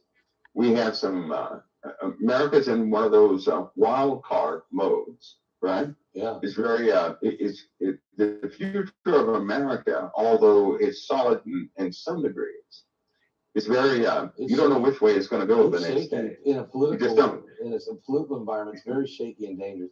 And did you know there's a spectacular blood moon tonight? I'm not blood moon, excuse me, full moon. A spectacular full moon. Brock and I were looking at it just before we went on the air, and he said, Dad, don't you feel the eeriness of this whole thing? I mean, look at the sky. I mean, does God know something's happening right now? Yeah, and also the double rainbow they were talking about. Yeah, the double rainbow. I know a lot.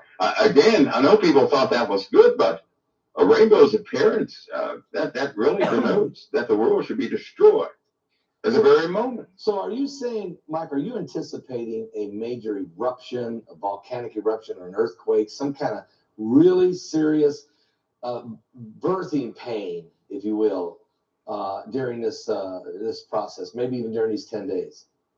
I think, you know what, I believe that's already begun. I was about to say we have 4 hurricanes that just seemingly, it's almost like they stopped.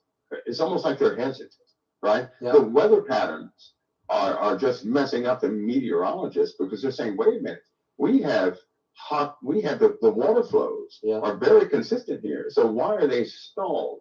We had a big one in the North Atlantic that broke down and reformed. It just it's like governing traffic, right? But it's driving currents to cause these other storms to kind of stay put. We have stalled weather patterns. We had a front that just came through America that covered the entirety of America. All of America was covered by this front. Wow. They didn't say a word about that. No. They didn't say a word about that. And it's drifting off, but we have more things forming because we have extreme hot weather in California. Everybody knows which way the jet stream flows. The water currents are not helping because in the Gulf, we could potentially have one of those super issues popping up. I hope that's not the case. I really do hope that's not the case, but the waters are heating up too fast because of California's temperatures. And a lot of this is coming from a tilt no one is discussing. It's only visible by lasers, right? I mean, things are just changing. They even proved through the James Webb telescope, they said the Big Bang Theory was incorrect, right? So scientists are not happy today because the Big Bang Theory is not correct. That James Webb telescope can see very deep into space, right? So when you start looking at some of your red scans of these galaxies, if something were to start from nothing, explode out to everything, the light would refract differently. The sizes would be different. That's not the case. They have found some extremely old systems out there that are extremely big. They're not supposed to be big at the explosion point. They've seen vice versa, close to us. So they're throwing that out of the window. That doesn't work. So they're totally baffled. They're like, wait a minute, there was no Big Bang. And they're all messed up because this undoes a lot of their foundation, right? It just messes everything up for them. Not for us, of course, but for them it does. In fact, they've noticed quite a few things they cannot explain. One of the things they have seen, they said it would take at least 50 years to work the nerve up to print it in the first place. So they're witnessing things.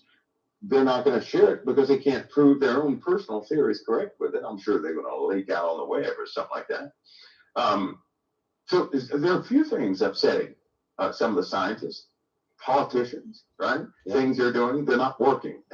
Things that they're trying to implement, they're not working. They're just not working. The COVID-19 is about to go back into the news in 2.5 weeks. So we're just, we sit at it's almost like a red light is up, right? But we don't know who's running that traffic light. And it's about to go green. All of us know it, but we don't know who's running that traffic light. There's so many things being held back right now. And with this recent happening, Pastor Paul, I think they're going to put themselves in an overdrive and try to push through, fight through things. Wow. This is, folks, we got Mike around the world with us tonight. Obviously, this is amazing evening of information, a wealth of information about the passing of Queen Elizabeth II. The fact that it isn't just some little show of monarchy. The monarchy is not just a little show, and that really the politicians at Parliament are running the show. No, this is a kingdom that's been around over 1,000 years. Yeah, that's not light. You can't just say that lightly. Outside of, I would say the popes of Rome, you got the Pope of Rome and you got the King of England. It don't get much higher than that on this earth. And we have something. Am I right, Mike?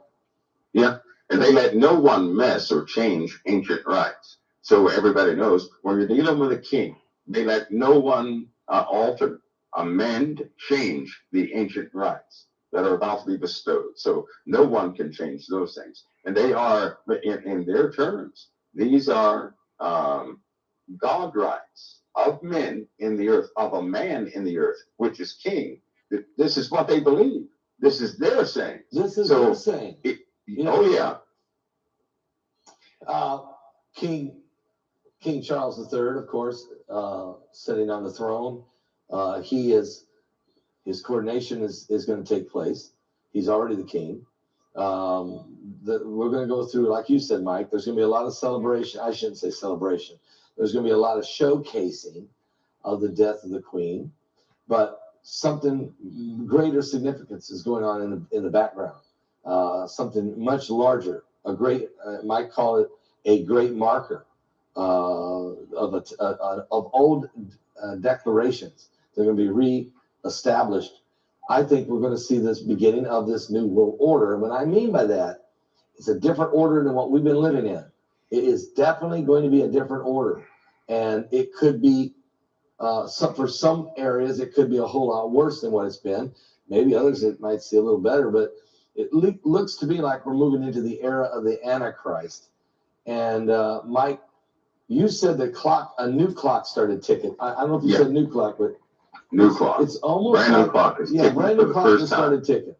It's almost like we moved into. I'm not saying we're moving into the 7-year tribulation period, but something different just happened. Is that right? Yeah, it is. Hopefully people aren't frightened about this or more observant than anything. Yeah. I want to remind everybody that even 7 years of tribulation, right, is something that those folks who have not gone through anything on earth, right, that's highly reserved for them. We're going to see it. We're going to observe a lot, right? But the Lord has already said he's going to keep us. In fact, he said not one hair on your head is going to perish. Right. That's what he said. And so he's given us rule over all the spirits in the earth, and those spiritual people. I agree with you, Mike. I don't feel any fear about this at all. I don't feel any dread or fear about this at all. I am going to observe it and watch closely. I think there's going to be some Bible prophecy clues are going to play out right in front of us. And if you're observant, you'll see it. You'll begin to see the change, the winds of change, which is leading us to the soon coming of Jesus Christ, but also the rise of the Antichrist. I think that you're going to see the winds of change. So we need to be observant, prayed up, ready, understand what the time we're in. Is that kind of what you're feeling? It is. It is. And what I'm glad about, Pastor, is that even the Antichrist, he can't rise by himself. He can't even show his face by himself. God has to appoint him time. He has to give him a mouth speaking great swelling words and all these things. Right. So he can't even rise by himself. But we do sit at a very different time. And these things aren't random.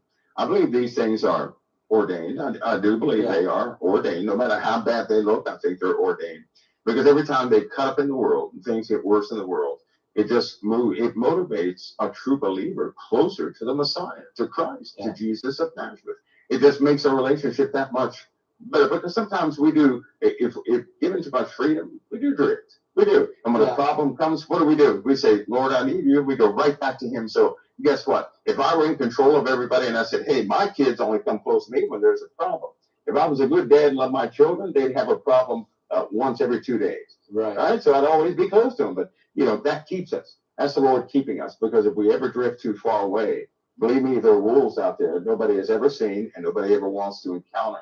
And given all these time shifts and things that we're having in the earth, there's some brand new phenomena in the earth that have nothing to do with UFOs and the creepy things that the Pentagon is chasing after. But people are in trouble these days. They're really in trouble. There's some phenomena people are starting to deal with. Mike, are we going to see some world leaders show up for this funeral of the Queen that we never thought would? Oh, yeah. You're going to see quite the audience. Are we going to see kings from the Middle East? You'll see quite the audience. You know what? All that right now, all that's in the air because I'm going to be observant too to see who actually who actually shows up and who's because all of them have the invitation. It's a global invitation. Wow. So they have the invitation. If they show up, well, then we know. Then we're going to see we're going to know what we're dealing with here. And if you don't show, if you're really going to look like you're on the outside looking in, and if you do show, then you're taking the knee to the new king. Yeah. This is a huge deal here. This is a huge deal. And I mean, I think that you might see the king, the king of Saudi Arabia, if he don't come, he probably will send the Saudi crown prince. You might see King Jordan, the king of Jordan, King Abdullah. He may show. It might be quite the spectacle. We might see Erdogan show up out of Turkey. I mean, we just really, this is going, if Putin shows up, I'll just freak out. I mean, I just really will. I know Macron's going to be somewhere in the front row. Okay, but some of these guys are salivating to get as close to the camera as they can. Yeah, right. Yeah, they are. Well, I don't see how. I don't know if Putin will be able to show up. He's somewhat of a. They're starting to see his true colors now. Could they arrest him if he did show up? Oh yeah, because he has. Those are international war crimes. What about President Xi? What about President Xi from China? He could show up. He could show up. He could show up. Yeah. He could actually. He's not going to war with anybody yet. Threats are one thing, but to follow through with armies, that's a different story. But Putin would have a difficult time showing up because they would probably seize all of his. They'd probably take the plane. Yeah, he's not coming. Sanctions would take effect. That wouldn't be good. But you might even see the Ukrainian president Zelensky show up. If he can make it, that's very possible. If he can get out of there alive and back, right. If it doesn't look bad optically for him to leave his country to go somewhere else in the middle of war, that would be the only thing that could potentially hold him back. Yeah. But I'll tell you what, Pastor, after this observation, after this ceremony is done, we're going to see exactly how things are going to change. But I'll tell you this, they will change fast. So we could be looking at a 10-day down period with things, right? Yeah. Save maybe a couple of countries, but because they're sending fighters to help Russia now, believe it or not. A lot of countries are. Well, you have North Korea, you have China, you have. Yeah, and he said Putin would get arrested on war crimes. Iran, the usuals, Iran. Iran is sending another batch over there, but Iran also has. They probably did not print it yet. Well, they'll probably have some articles out of some new technology they have discovered that Iran has and is utilizing that has been responsible for taking down our drones.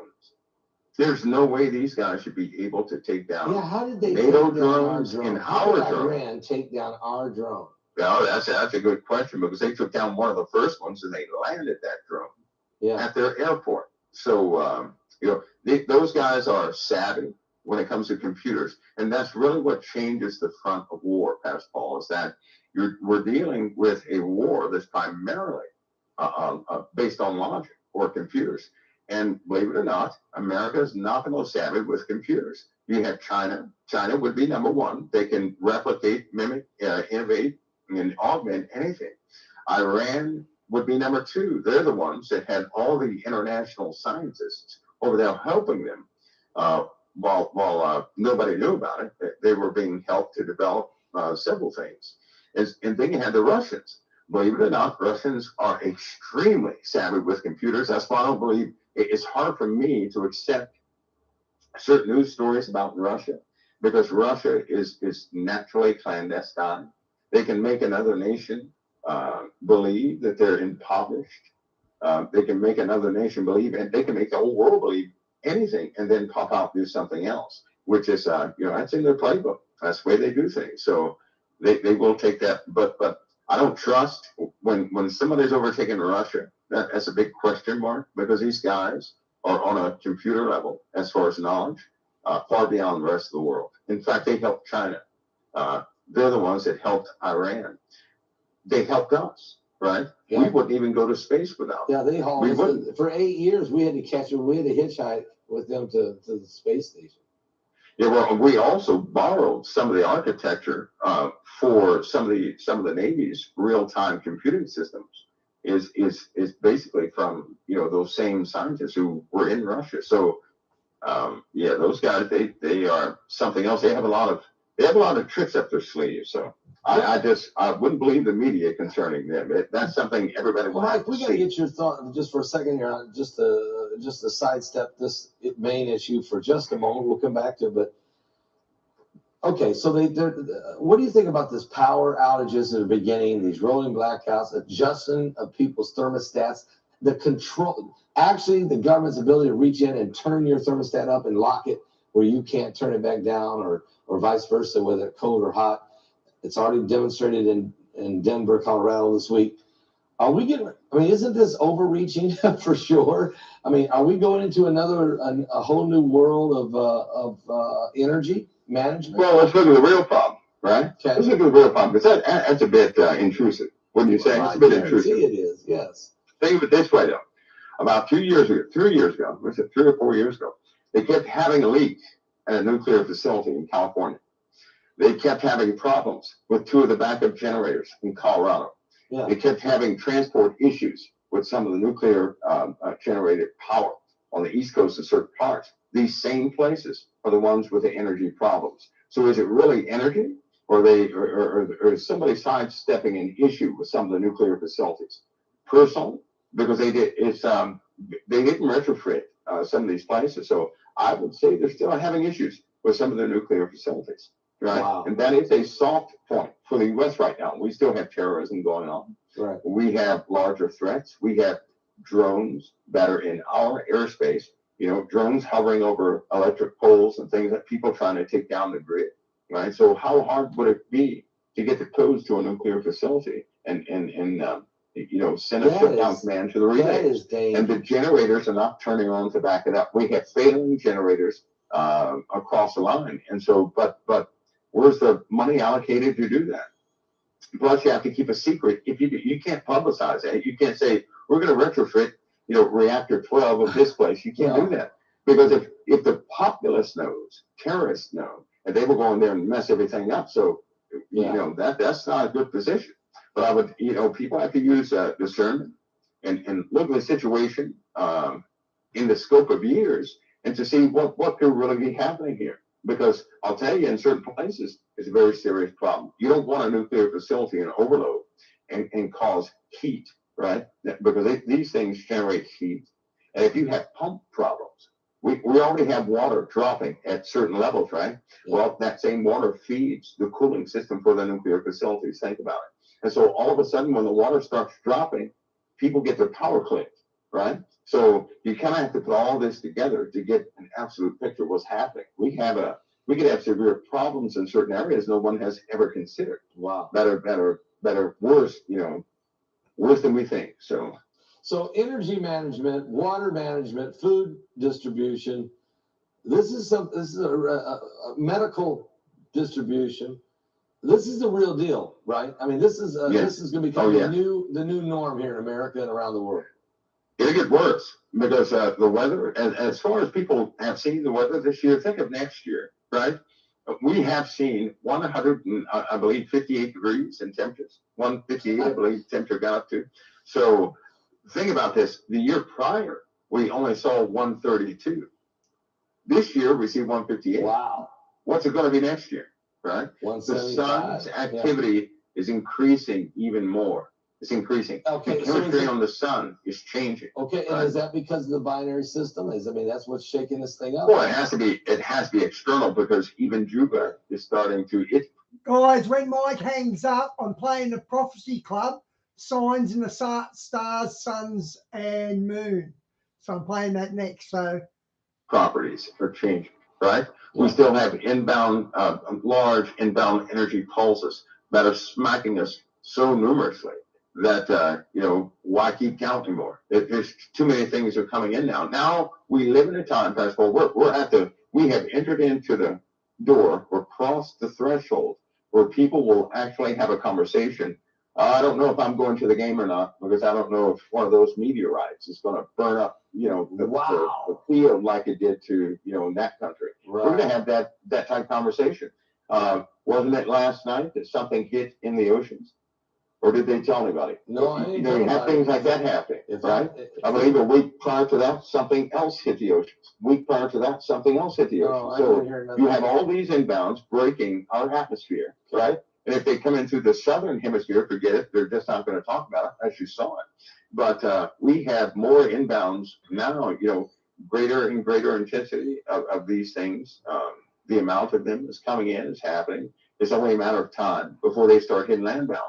We have magnetic pools in parts in Mexico, Russia, which is Siberia, places like that, Alaska.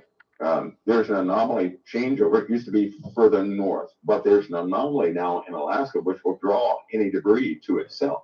And that's why these objects normally go into certain parts of the ocean, certain parts of land masses, not really everywhere else. But we have a different type pull on the Earth now. So, we're going to get some major areas now, and this will increase until we get to the point where we have actual forecast meteor storms.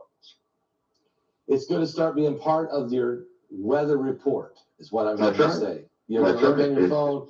You're not just going to look at the temperature and is it going to rain, but you're going to be looking at inbound meteor report. That's right. And this is sooner rather than later, folks. We're in a different world now. We've moved into this apocalyptic world, really. And a lot of things happening. This has been fascinating, Mike. But we really, and I'm glad you explained about the coffin, because I had so many emails and phone calls coming in. I'm like, can you wait till tonight? Because I know that you had already said that the person you saw in the coffin was a male, and it was in America. Right here in America. Yeah. So right here in America. But this could be one of those two big funerals that was prior to the situation that was going to happen in your dream.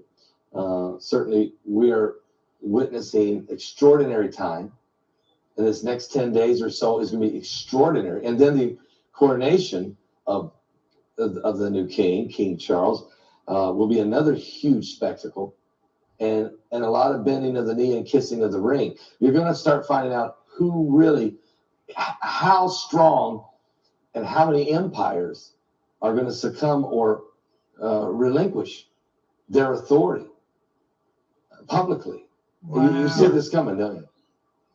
Yeah, you know what'll be sad is if they get minimal support, we know then we're going to break out some type of conflict. Yeah. They're past the point of talking, and right before every single conflict, they go through a moment of diplomacy. Yeah. Then they go through a moment of where they just cut ties. They start cutting ties. And then, of course, after that, it's all action and secrecy. So we're at the moment now where we have diplomacy is not working. It's just not working. So they've cut ties. Now the contemplation preparation period has hit. Right after that, normally they have engagements. And Russia has, they lit their match early. Yeah, they did. But China is not far behind. No. China, Pat, to be honest with you, I don't see how China's economy is going to hold up. I know it sounds strange. I just don't see how that's going to hold up. I don't see it. They're going to have to make a move quick. I mean, look, they're getting ready to put President Xi in for life, almost. A third term, almost making him a king in themselves. If his economy, though, crashes, they'll throw him in the street. No matter what. He had a big rebellion. Yeah. That's all they need is a failure in that leadership, and the whole of China will begin to rebel. It'll be drastic. Because the people are tired of all the restrictions. They're tired of being beat down and locked in their homes. And and all the different things that they're already tired of their faith being under persecution. Their families. That's a lot of them too. Yeah. A lot of them too. So, yeah. Mike, awesome tonight. What are we going to talk about next week? Better hang on to my hat, huh? I have no idea. I am looking for a volcano though. Okay. Hopefully we have one. If we don't have an eruption here soon, right? The pressure is up there again. It's built up very high. So if we don't have an eruption, it's going to cause major problems. That will cause, certain types of cracks in the crust. And so we need there are a lot of people watching that. We need some release of pressure. We do. Yeah. We do. And by the way, Pascal, when a volcano erupts in the first minute, it lets out more carbon than we do. And I believe it's what the count is 38 years. Yeah, just to let you guys know that. Appreciate that. Maybe we should be more concerned about I heard it was 120 years. that than we are cows and your light bulb. Yeah, something like that. Yeah. Some gas usage. Mike from the world, Mike, appreciate it. This is awesome. Awesome, great. It's always an honor, Pastor Paul. The honor is all mine, believe me, and our people. God bless you. God bless you. All right. Mike from the world, folks. Are you saved? Do you hear what he said? A new clock is ticking. A new clock is ticking. It just happened. We're moving into another order. I've been saying it. I don't know exactly how that works and who all the players are going to be. The observation time is now. But one thing's for sure, you're going into the 77th Annual General Assembly. Are they going to, what's going to happen there? Two-state solution in Israel may be forced upon the nation of Israel. All of this taking place. And while that's happening, you got this whole, are you saved? Brock, if you get there's a song, would you get a song by Kevin Wilson? Okay, we're done with Paul. That was a very interesting show. So basically, Charles has got the authority of the dragon. They needed a king to do it because a woman couldn't have the spirit of this dragon. That's pretty detailed. Okay, I'll do, hang on, I'll read it out. Signs in the sun, moon, and stars, Prophecy Club. Today is happening now. That's right. What I'm going to be talking to you about is happening now. And I'm going to call this Signs in the Sun and the Moon and the Stars. You know, for the 40 years I've been studying Bible prophecy, that's one of... Okay, guys, this is about 5 or 6 weeks old. 28th of July. The things I never knew, and probably you didn't either. Matter of fact, I didn't know that until I read Vicky Parnell's dream yesterday, which if you haven't seen it, you should see it. I'm assuming that you've already seen that. So if you haven't seen that in yesterday's program, then this is not going to make sense to you. I mean, you'll appreciate it, but it is not going to jolt you. You're not going to really get the full impact until you watch what I put on yesterday. Okay, let me go and have a look. Signs in the sun and the moon and the stars. You recall the scripture. Now, this is no longer down the road. This is no longer over the horizon. I'm going to say it's not even at the end of the street. This is now in our driveway. This is now happening in some places. And according to what she was shown, it's going to start happening in a lot of places around the globe. Luke 21:25. And there shall be signs in the sun and in the moon and in the stars, and upon the earth distress of nations with perplexity, the sea and the waves roaring. All of that can happen from the machine. I can't even say the word of it. If I say that, I get in trouble, okay? But it's the machine causing it. In 3 locations, Switzerland and Tennessee, and the other one is a cold place that starts with an A. I probably shouldn't even say that. I mean, I'm scared to death having got a strike here recently. I don't want another one. We can't get another one. As a matter of fact, let me tell you what happened. So I made this program yesterday. Actually, it aired. Yeah, I made it yesterday. It airs today. And as soon as I clicked to stop recording, I got a big yawn. And I thought, oh, man, no. You mean I can't put that out? And What spoke to my heart? No. If you don't want another strike, you can't put that out. So we put it in other places. And that's about all I can say. I'm really limited. Obviously, they're watching me really, really close. So I'm not trying to break their rules. I'm simply trying to bring you the truth. That's not easy to do. There should be signs in the sun. It's here. And in the moon, and in the stars, and upon the earth to stretch of nations with perplexity. Now, that word perplexity means that there's not a solution to it. They can't fix it, okay? It's out of man's control. It is now here with perplexity. The sea and the waves are roaring. It's all part of it. Men's hearts failing them for fear for looking after those things which are coming upon the earth. Here it is. For the powers of the heavens shall be shaken. That is what is happening right now. That's what the machine is doing. The powers of heaven. In other words, the way our earth, our sun, moon, and stars, the way it is all constructed is now in the process of being destroyed. This scripture, I'm telling you, I hope you're hearing me. This is like really big. It is now in progress of taking place. Then shall they see the Son of Man coming in the clouds with power and great glory. When they see these things begin to come to pass, here it is, okay? Then look up, lift up your heads. Jesus is saying now is the time of his return. Now, not today, and it's not time to look at our watch. I even didn't say it's not time to look at our monthly calendar. It's not here yet, but it's the beginning.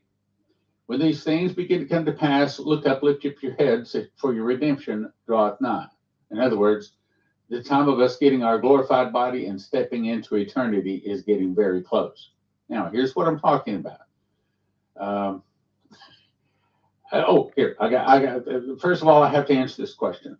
I got this email, as you can see, I got this 726. She says, when the mark comes, what would be the purpose of owning gold and silver? If you don't have the mark, you can't buy or sell. So I'm not understanding why we need to buy gold and silver. And Good point. Actually, good question. That's a pretty good question. Yeah. Okay, so the very thing that you want to have when the time arrives, when nobody can buy or sell unless you have the mark of the beast. So there's still going to be trading going on. There's still going to be bartering. And what is that bartering going to be with? Well, you may be saying, well, if you work my field, I'll feed you for a day. That's going to be some of it. That's going to be a lot of it. Matter of fact, that's the reason I saw the angel on a black horse. He had a pair of balance in his hand.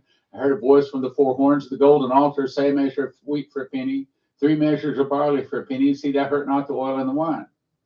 That is probably saying you work all day long for just enough food to feed you for one day. So there's still going to be some trading going on, but what's the best thing to trade with? Do you want to trade? Okay, I'll work. We'll work for food, like the sign says. Or would you rather have gold and silver to say, okay, I'll give you a silver coin. I'll give you a gold coin. See, so in those days, more than anything, it's important to have gold and silver. Now, you remember Shane Warren was told by the audible voice of God that silver is going to skyrocket far more than gold.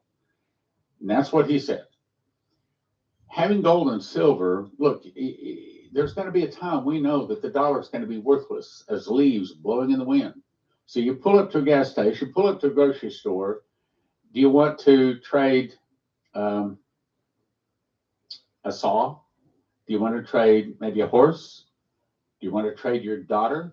Okay, I don't know how bad it's going to get. Or would you rather pull out a gold and silver coin?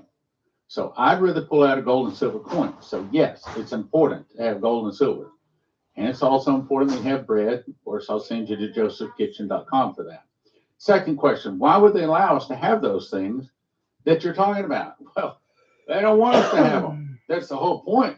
They want us to be in the system so that they can cut us off so we can't buy or sell. So if you want to not take the mark of the beast, a very good thing to have is A, food and water, B, gold and silver, or something that you can trade to barter to get what you need. Because trading is still going to go on. Bartering is still going to go on. Coverstone was shown in his dreams that that's what they do. When it reaches this point to where if you don't have that mark, you can't buy or sell in their system. That's when, if you're going to buy and sell, you better have gold and silver. And of course, for that, we're going to send you to cornerstoneassetmetals.com. You want one? The reason I do this is because this is a Christian company. I just interviewed Terry just the other day. As you can tell, he's a Christian. He knows his Bible. He loves the Lord. He's a prophecy student, and he'll treat you right. And they love Prophecy Club. So if you're thinking about getting gold and silver, I'm going to send you there. Now, to answer that question, there you go. Now let's get on. This is from the Miami Herald. Headline says, they look almost human-made. NOAA finds weird lines of holes in the mid-Atlantic floor. I'm going to say that there's a high probability that what is causing these signs in the sun and moon and the stars, and part of the prophecy that I read yesterday, if you'll go watch it, said that these things are going to be going on in the ocean floor. That's even part of what she said. So here it is. It's happening in the ocean floor. So how do you explain little holes in the ocean floor? The only thing I can say is it's the machine. I can't even say the name of the machine. Wow. It says science exploring a submerged mountain range in the mid-Atlantic stumbled onto something they can't explain.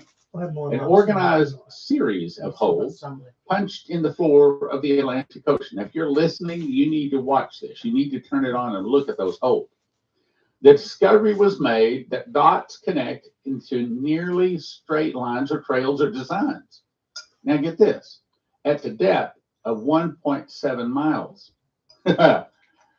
It's in an underwater volcano area of the Azore Islands. How do you do that? How can you explain that? They can't explain it. Well, I think I have a good idea. I think it's the machine that's causing holes in the ozone, stratosphere, destroying our ozone, destroying the signs in the sun, the moon, and the stars. Here it is. Climate Depot says, watch UK media desperate to portray heat wave as, quote, end of the world. Yeah, this is not a Christian magazine. And yet they're saying that the heat is getting so bad, they're asking, is this the end of the world? And I'm going to say, yes. Yes, it is. Powers that be have decided that human progress has gone too far, and we should instead start going backwards.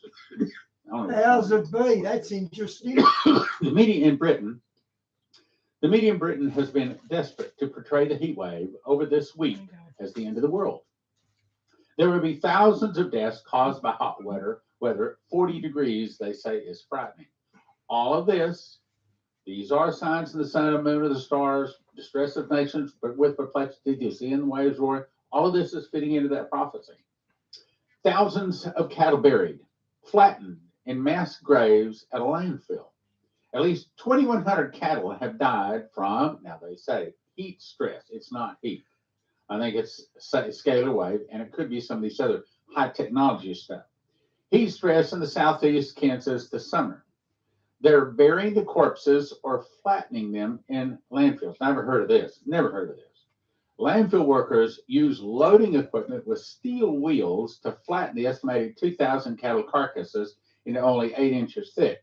Normally, the cows are processed into pet food or fertilizer, but processing plants have been so overwhelmed by a large number of cattle deaths, they can't get them in. Now, I have not looked at what it costs for a side of beef or for a whole cow, but last time I looked, it was over $2,000. So when they have 2 or 2,100 of these cattle die, and it's here, what was a couple of weeks ago, they said they had 10,000. We talked about that. Somebody lost a lot of money, but even more so, somebody lost a lot of food. We did. Now, I urge you again to go and watch yesterday's program, because you're not going to appreciate what I'm saying today unless you go watch the program. So again, the Bible says that there will be signs. I'll try and find it, the 27th of the 7th. Let me see if I can find it. In the sun and in the moon and the stars of distress of nations with perplexity. Would you say that this is signs in the sun and moon and the stars?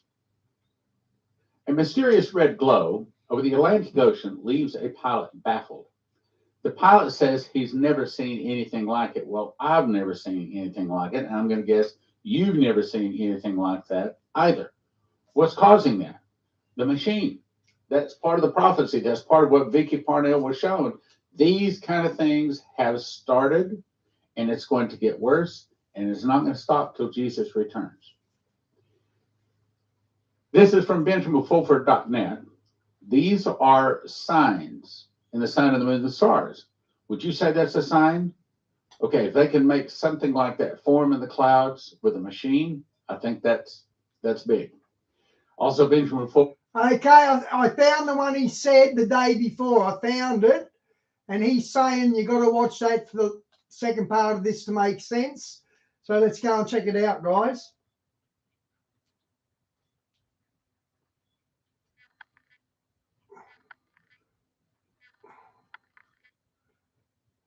Well.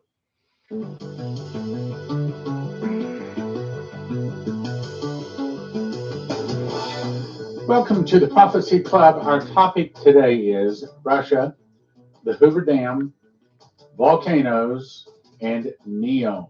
Actually, it's very important. Okay, first of all, this is not a surprise. From Yahoo News, it says Russia says it's losing because Ukraine has experimental mutant troops created. I'm almost afraid to say these words because, let me take a second and talk about that. Yes, we did get a strike from YouTube. They claim that I said the V word. They claim that I'm talking about it. But the very first strike we got, I was talking about soldiers, soldiers. And in that particular program, just here, Monday, was supposed to be played Monday. It also had the soldiers with an S in front. Okay, S soldiers. I'm afraid to even say it.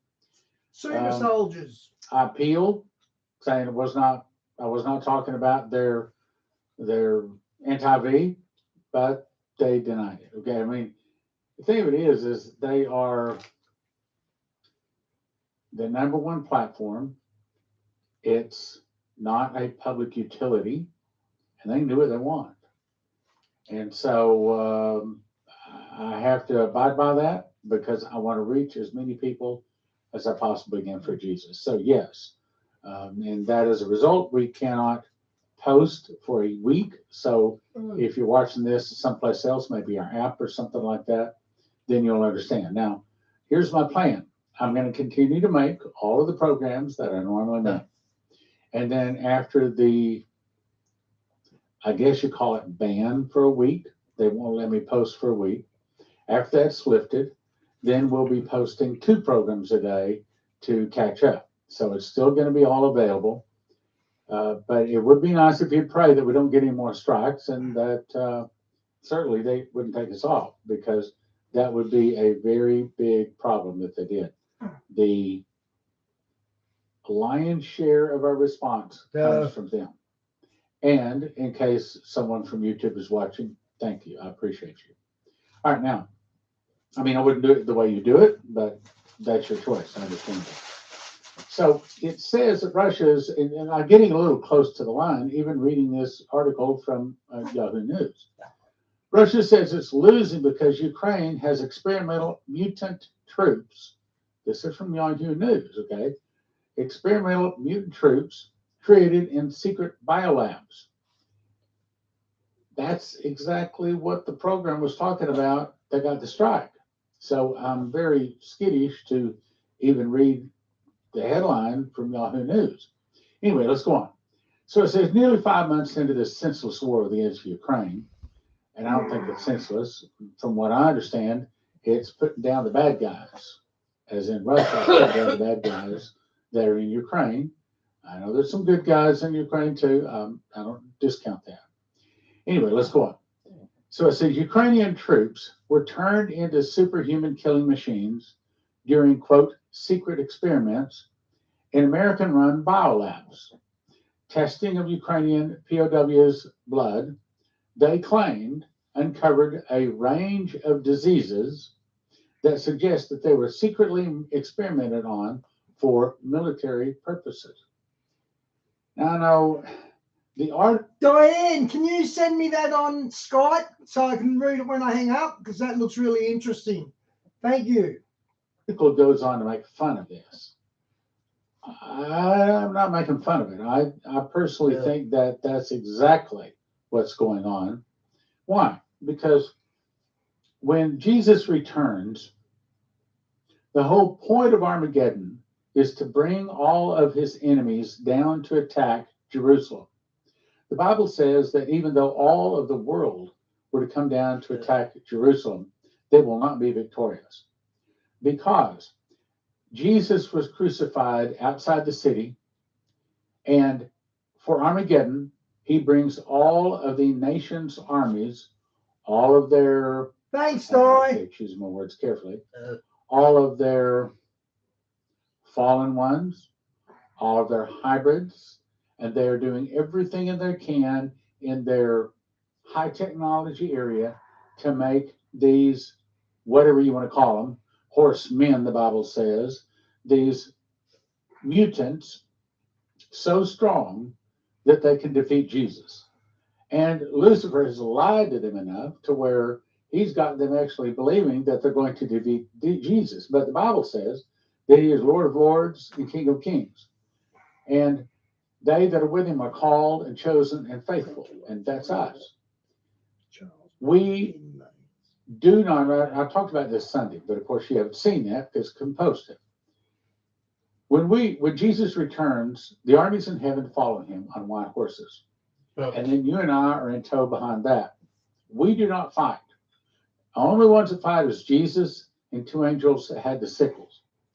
And he brings them down to the very place where his blood was spilled outside the city. And that's the Battle of Armageddon, where the blood rises as horse bridles by the space of 1,600 furlongs. So where his blood was spilled, he spilled their blood. Just like in the days of when they were requiring Pharaoh, was requiring all of the babies, the male babies, to be tossed into the Nile River. And that's when, of course, Moses was put into a little bulrush, there's a little small boat, and floated. And of course, the daughter of Pharaoh found the baby and brought Moses, and he was raised in Pharaoh's court. And it was a setup by God. And then some 40, 50 years later, Pharaoh and all of that generation were drowned in the Red Sea. So they drowned God's people, the Jews, in the Nile. So God brought Pharaoh and all of his 600 chosen chariots and drowned them in the Red Sea. So basically God was saying, okay, you drowned my people, I'm going to drown you. And the Bible does not tell this, but my guess is that if there were 600 people, 600 babies tossed in the Nile River, there was exactly 600 Pharaoh and his chariots and his men in the chariots drowned. In other words, it was probably a 1-for-1. And what they're trying to do here is trying to create a military so big, so powerful that it can defeat. Yes, he's telling them that they're going to try to defeat the Jews, but Jesus, that's when Jesus returns. That Lucifer is telling his people that he's going to be victorious. He's going to overcome Jesus and all of the angels. Now, never mind, Revelation 21 says, and I saw another angel come down from heaven, having the key of the bottomless pit and great chain in his hand. He laid hold upon the dragon, that old serpent called the devil and Satan, bound him 1,000 years, cast him into the bottomless pit, and shut him up, and set a seal on him, that he should deceive the nations no more till the 1,000 years should be fulfilled. And after that, he must be loosed a little season. So just one angel binds Lucifer, and then at the Battle of Armageddon, it says, and the beast and the false prophet were taken alive and cast into the lake, burning with fire and brimstone. And the remnant were slain by the sword of him that sat on the horse, which sword proceeded out of his mouth, and all the fowls were filled with the flesh. And that sword is the light sword. That's the morning star. Now, what they're doing here, they are trying. Lucifer's lied to them. He is the chief liar. He's lied to his own. Okay, guys, Diane just posted me something and it's stunning. It looks good. So I'm going to go straight to it.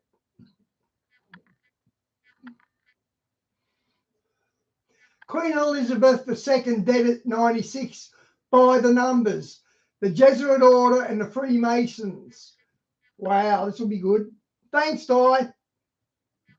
Yeshua, Jesus came to this earth, lived a Hey guys, welcome back. It's Joseph. Quick and simple gospel. Yeshua, Jesus came to this earth, lived a perfect 33 years, was crucified on a cross for our sins, buried in a tomb for 3 days, and rose from the grave on the third day. We are saved through faith in Christ alone and by no other name. Amen. So guys, big news today. Queen Elizabeth II dies at the age of 96. This article from today, September 8th. Queen Elizabeth II, the longest reigning British monarch whose rule spanned 7 decades, died on Thursday at the age of 96. I bet she's the world's longest leading monarch. She went for 70 years. Not many people in history rule for 70 years. I bet she's history's longest ruling monarch, not just England's. Buckingham Palace has announced. The Queen's oldest son, Charles, has now become King Charles III. The Queen died peacefully at Balmoral this afternoon. The King and the Queen Consort will remain at Balmoral this evening and will return to London tomorrow, the royal family announced in a statement posted on its official Twitter account, referring to Charles as the new king for the first time. All right, guys, so we're going to break this down all by the numbers using gematria, which is simply letters as numerals. And once you learn the simple code of coding letters into numbers, you can see right through the scripted, coded news every day. So, guys, big news today. And first things first, the Queen died peacefully at Balmoral Castle this afternoon. And Balmoral has a numerical value of 74 in simple English gematria, where A is 1, B is 2, C is 3. Like London equals 74, killing equals 74, Lucifer equals 74, wow, and Masonic equals 74. And what's interesting about that is Queen Elizabeth is reported dead today, 74 weeks after the death of her husband, Prince Philip, who died April 9th. So Queen Elizabeth dead 74 weeks after Prince Philip. Balmoral, 74. London, 74. Killing, 74. Lucifer, 74. And Masonic is 74. Balmoral is 29 in full reduction, like London 29 and Masonic 29. And full reduction, you're just reducing any double digit down to a single digit and then adding it up from there. So for example, in Masonic, M equals 4 because M is the 13th letter of the alphabet. 1 plus 3 equals 4. So M becomes 4, you add it up. Masonic, London, Balmoral, they all equal 29 in the same cipher. So Queen Elizabeth is dead at the age of 96. Well, in gematria, British royal family equals 96. And Freemason equals 96. And she's dead at the age of 96. And she's reported dead today, September 8th, exactly 96 days after her platinum jubilee ended June 5th, 2022. No way. 96 days after the platinum jubilee, British royal family 96, Freemason 96, dead at the age of 96. The Grand Lodge of Edinburgh, the oldest Freemasonry lodge in the UK, has a street address number of 96. Freemasons Hall, 96. Stunning stuff. And the Queen, dead at 96. British royal family, 96. Freemason, 96. And she's dead 96 days after her platinum jubilee. Okay, to get it down right to the very day, did they actually murder her? Do you think they could have murdered her? I know King George VI on his deathbed, they gave him a morphine overdose so they could announce his death on the 6 o'clock news. So they actually admitted that. So I wonder if they actually killed Elizabeth, because all these 96s, 96 days, you just can't make that up. And from the end of the Platinum Jubilee until today is also 3 months and 3 days for your 33. Way. England equals 33, and Masonry equals 33. Order equals 33, and secrecy is also 33. And she's dead 3 months, 3 days after the Platinum Jubilee. Elizabeth equals 43 and 155, like Freemasons, 43 and 155. Queen Elizabeth II equals 84, like the Jesuit order, 84. And as you'll see in this decode, tons of connections to the Jesuit order. Masonry, 84, and Jesuit, 84, like Queen Elizabeth II, 84, the Jesuit order, 84. So the Queen died, allegedly, at Balmoral Castle, which equals 91, like the Society of Jesus equals 91 in the same cipher, also known as the Jesuit order. And now Prince Charles is now King Charles III, which equals 91 in the same cipher. Reverse full reduction, where you're just reducing any double digit down to a single digit using the alphabet in reverse. So for example, in Castle, A equals 8, because in reverse, A is 26. 2 plus 6 equals 8. So A becomes 8, you add it up. Balmoral Castle, the Society of Jesus, and King Charles III all have the same numerical value in the same cipher. Wow. And just in case you thought that was a coincidence, notice King Charles III is a perfect match to Balmoral Castle in 3 out of the 4 base ciphers and in satanic gematria. Yeah. That's what you call an impossible coincidence. So take a screenshot of that, send it to all your friends and family, and hey, I think this slide right here by itself deserves a like and a share. So definitely share this. Diane, if it's anything like this, I'm looking forward to it. This is fascinating. How do they line these numbers up like that? It's just stunning. With everyone you can, guys. We're not even halfway done. This decode's going to blow your mind by the time we're done with it. Okay, today is September 8th, right?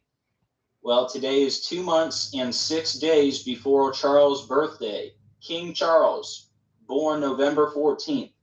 Today is 2 months, 6 days before his birthday, and Queen equals 26. And the Queen was born in 1926. And Royal equals 26. And her Platinum Jubilee began on February 6th, 26. And she's dead 2 months, 6 days before Charles' birthday. Queen 26, Royal 26.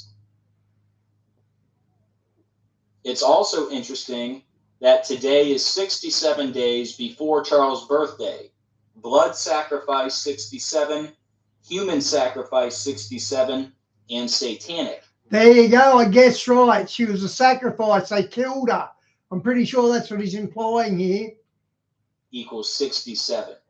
Now, I can't tell you if Queen Elizabeth was sacrificed or not, because I don't even know if she's actually dead, or who's to say she didn't die, 20, 30 years ago, and this is some person playing a role. But what I can tell you today is the character of Queen Elizabeth II was sacrificed today by the numbers. All right. Yeah. She is no more, and it's 100% a numerical ritual. All right. So anyways, 67 days before Charles' birthday, blood sacrifice, human sacrifice, satanic, they're all 67. And today, September 8th, is the 251st day of the year, and a ritual sacrifice equals 251. Wow. Today, September 8th, the 251st day of the year, and the 54th prime number is 251. And 54 is a very big number to the Jesuit order. Jesuit order equals 54, sun worship 54, sun 54, and their logo is a sun. Excuse me. Queen equals 62, like sacrifice 62. Queen is also 73, like sacrifice 73, and a ritual sacrifice 73. She's dead, allegedly dead today on a Thursday. Thursday, 116 and 46, like execution, 116 and 46, and sacrifice equals 46. Wow. Catholic is also 46. The Jesuits, a religious order of the Catholic Church. Queen Elizabeth II, longest reigning British monarch, dead at 96. British monarch equals 86, like human sacrifice 86, blood sacrifice 86, and Jesuits equals 86. Speaking of the Jesuits, Queen Elizabeth equals 69, like the Jesuit order equals 69, Antichrist system 69, Catholic Church 69, Illuminati 69, New World Order 69. Queen Elizabeth, the Jesuit order, Antichrist system, Catholic Church, they're all 69 in the same cipher. All right, now we're getting to the good stuff. So today, September 8th, Queen Elizabeth's birthday is April 21st. So she's allegedly dead today, 20 weeks and 1 day after her birthday for your 201. 20 weeks and 1 day, 201. The Jesuit order, 201. Ignatius of Loyola, 201. That's the founder of the Jesuits. Jorge Mario Bergoglio, that's the full name of Pope Francis, who I believe is the false prophet. As I do as well. And no one picks up Pope Bergoglio, G-O-G. So Gog's in his name, and no one ever picks that up. Jorge Mario Bergoglio, 201. And she's dead allegedly 20 weeks, 1 day after her birthday. And just in case you thought that was a coincidence, she tested positive for COVID back on February 20th. Well, today is 201 days after she tested positive. Like the Jesuit order, Ignatius of Loyola, Jorge Mario Bergoglio, they're all 201. And since we're talking about COVID, check this out. Today, September 8th, exactly 911 days after March 11th, 2020, the day COVID was declared a pandemic. 911 days. And Vatican Hill equals 911. And don't forget, March 11th was 222 months after 9/11/01 for your 222, and British royal family equals 222. Elizabeth's doctors said earlier Thursday that they were concerned for Her Majesty's health and that she was resting comfortably. Notice in quotation marks, resting comfortably is 222, like British royal family. As above, so below 222, order out of chaos 222. The word beast equals 222. The beast of Revelation 222. Very important number. Another big number we talk about every day, the number 56. Royal family equals 56, like Church of Satan 56, Wow. Freemasons 56, All Seeing Eye 56, and Society of Jesus 56, also known as the Jesuit Order.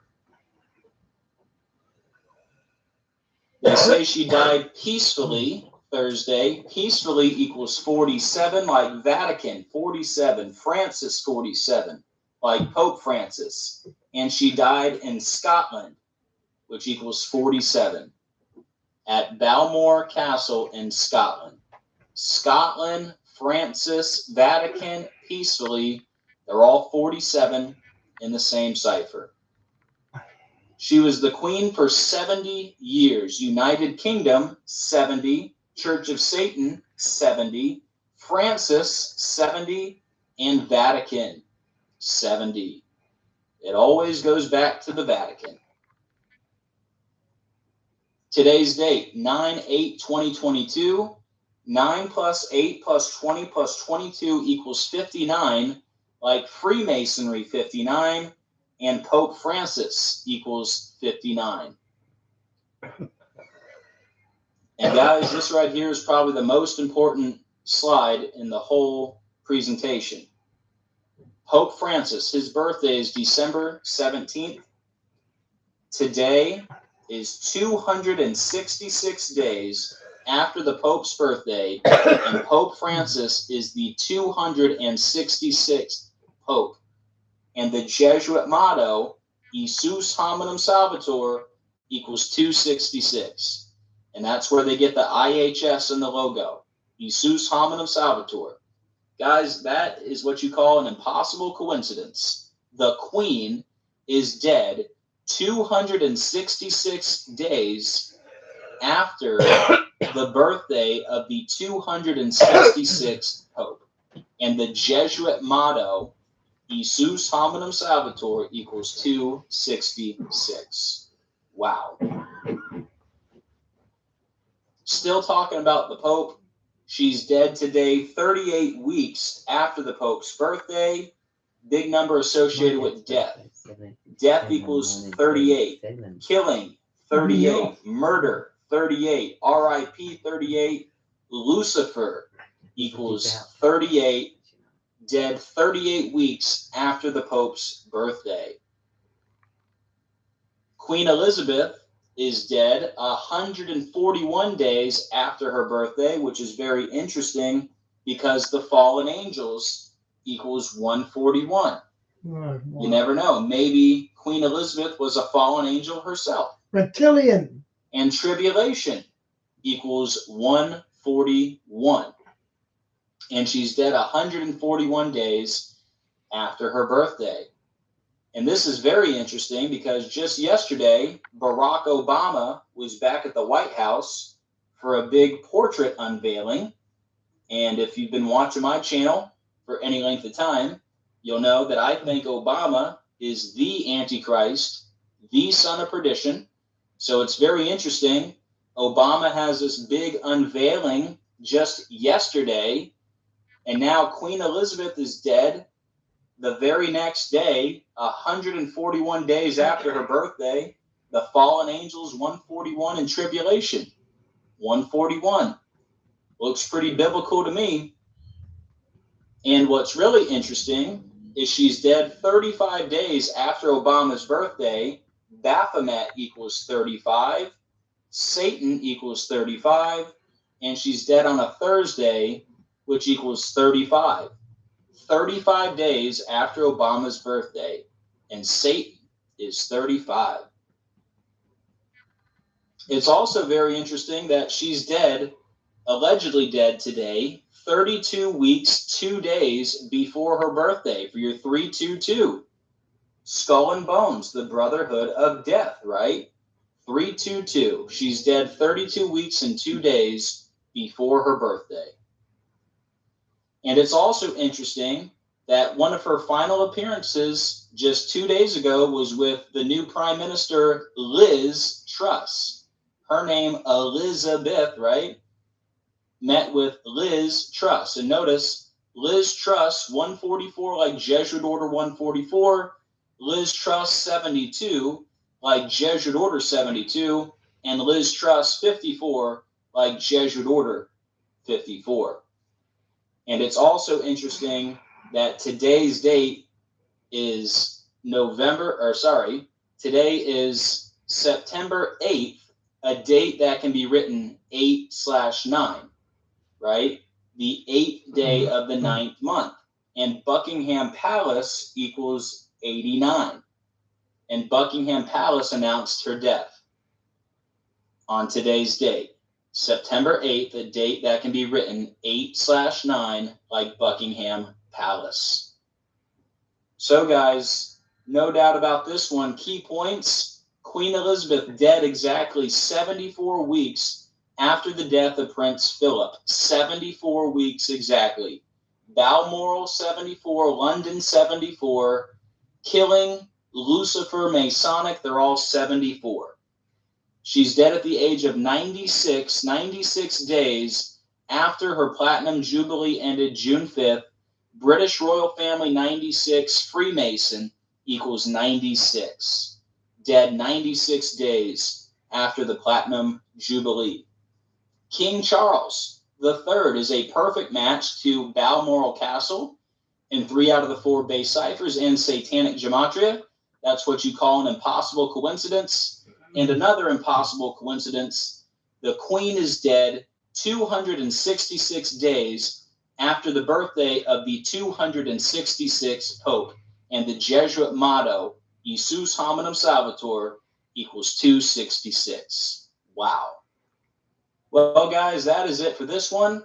Please like, comment, subscribe, share. Any support is greatly appreciated. It does take quite a bit of time to put this stuff together. And I think this is a pretty good video. So if you could please share this video, guys, with everyone you know, with your friends, family, and social guys, media, his channel anywhere you can get it is... out. It's greatly appreciated. Oh, look at guys, that. if there was ever a video of mine to share, this is Joseph Aquaviva. That's the guy. So he looks the interesting. one. Please share this, please. And let me know what you think in the comments, guys. And we'll leave it there. Okay, guys, tomorrow I'm going to get back to reading the book of Acts and then hang up and then do another stream like this.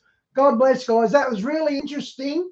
And Mike from around the world saying that they had to wait for a king to do this because it's a dragon needed a male. And wow, that was fascinating.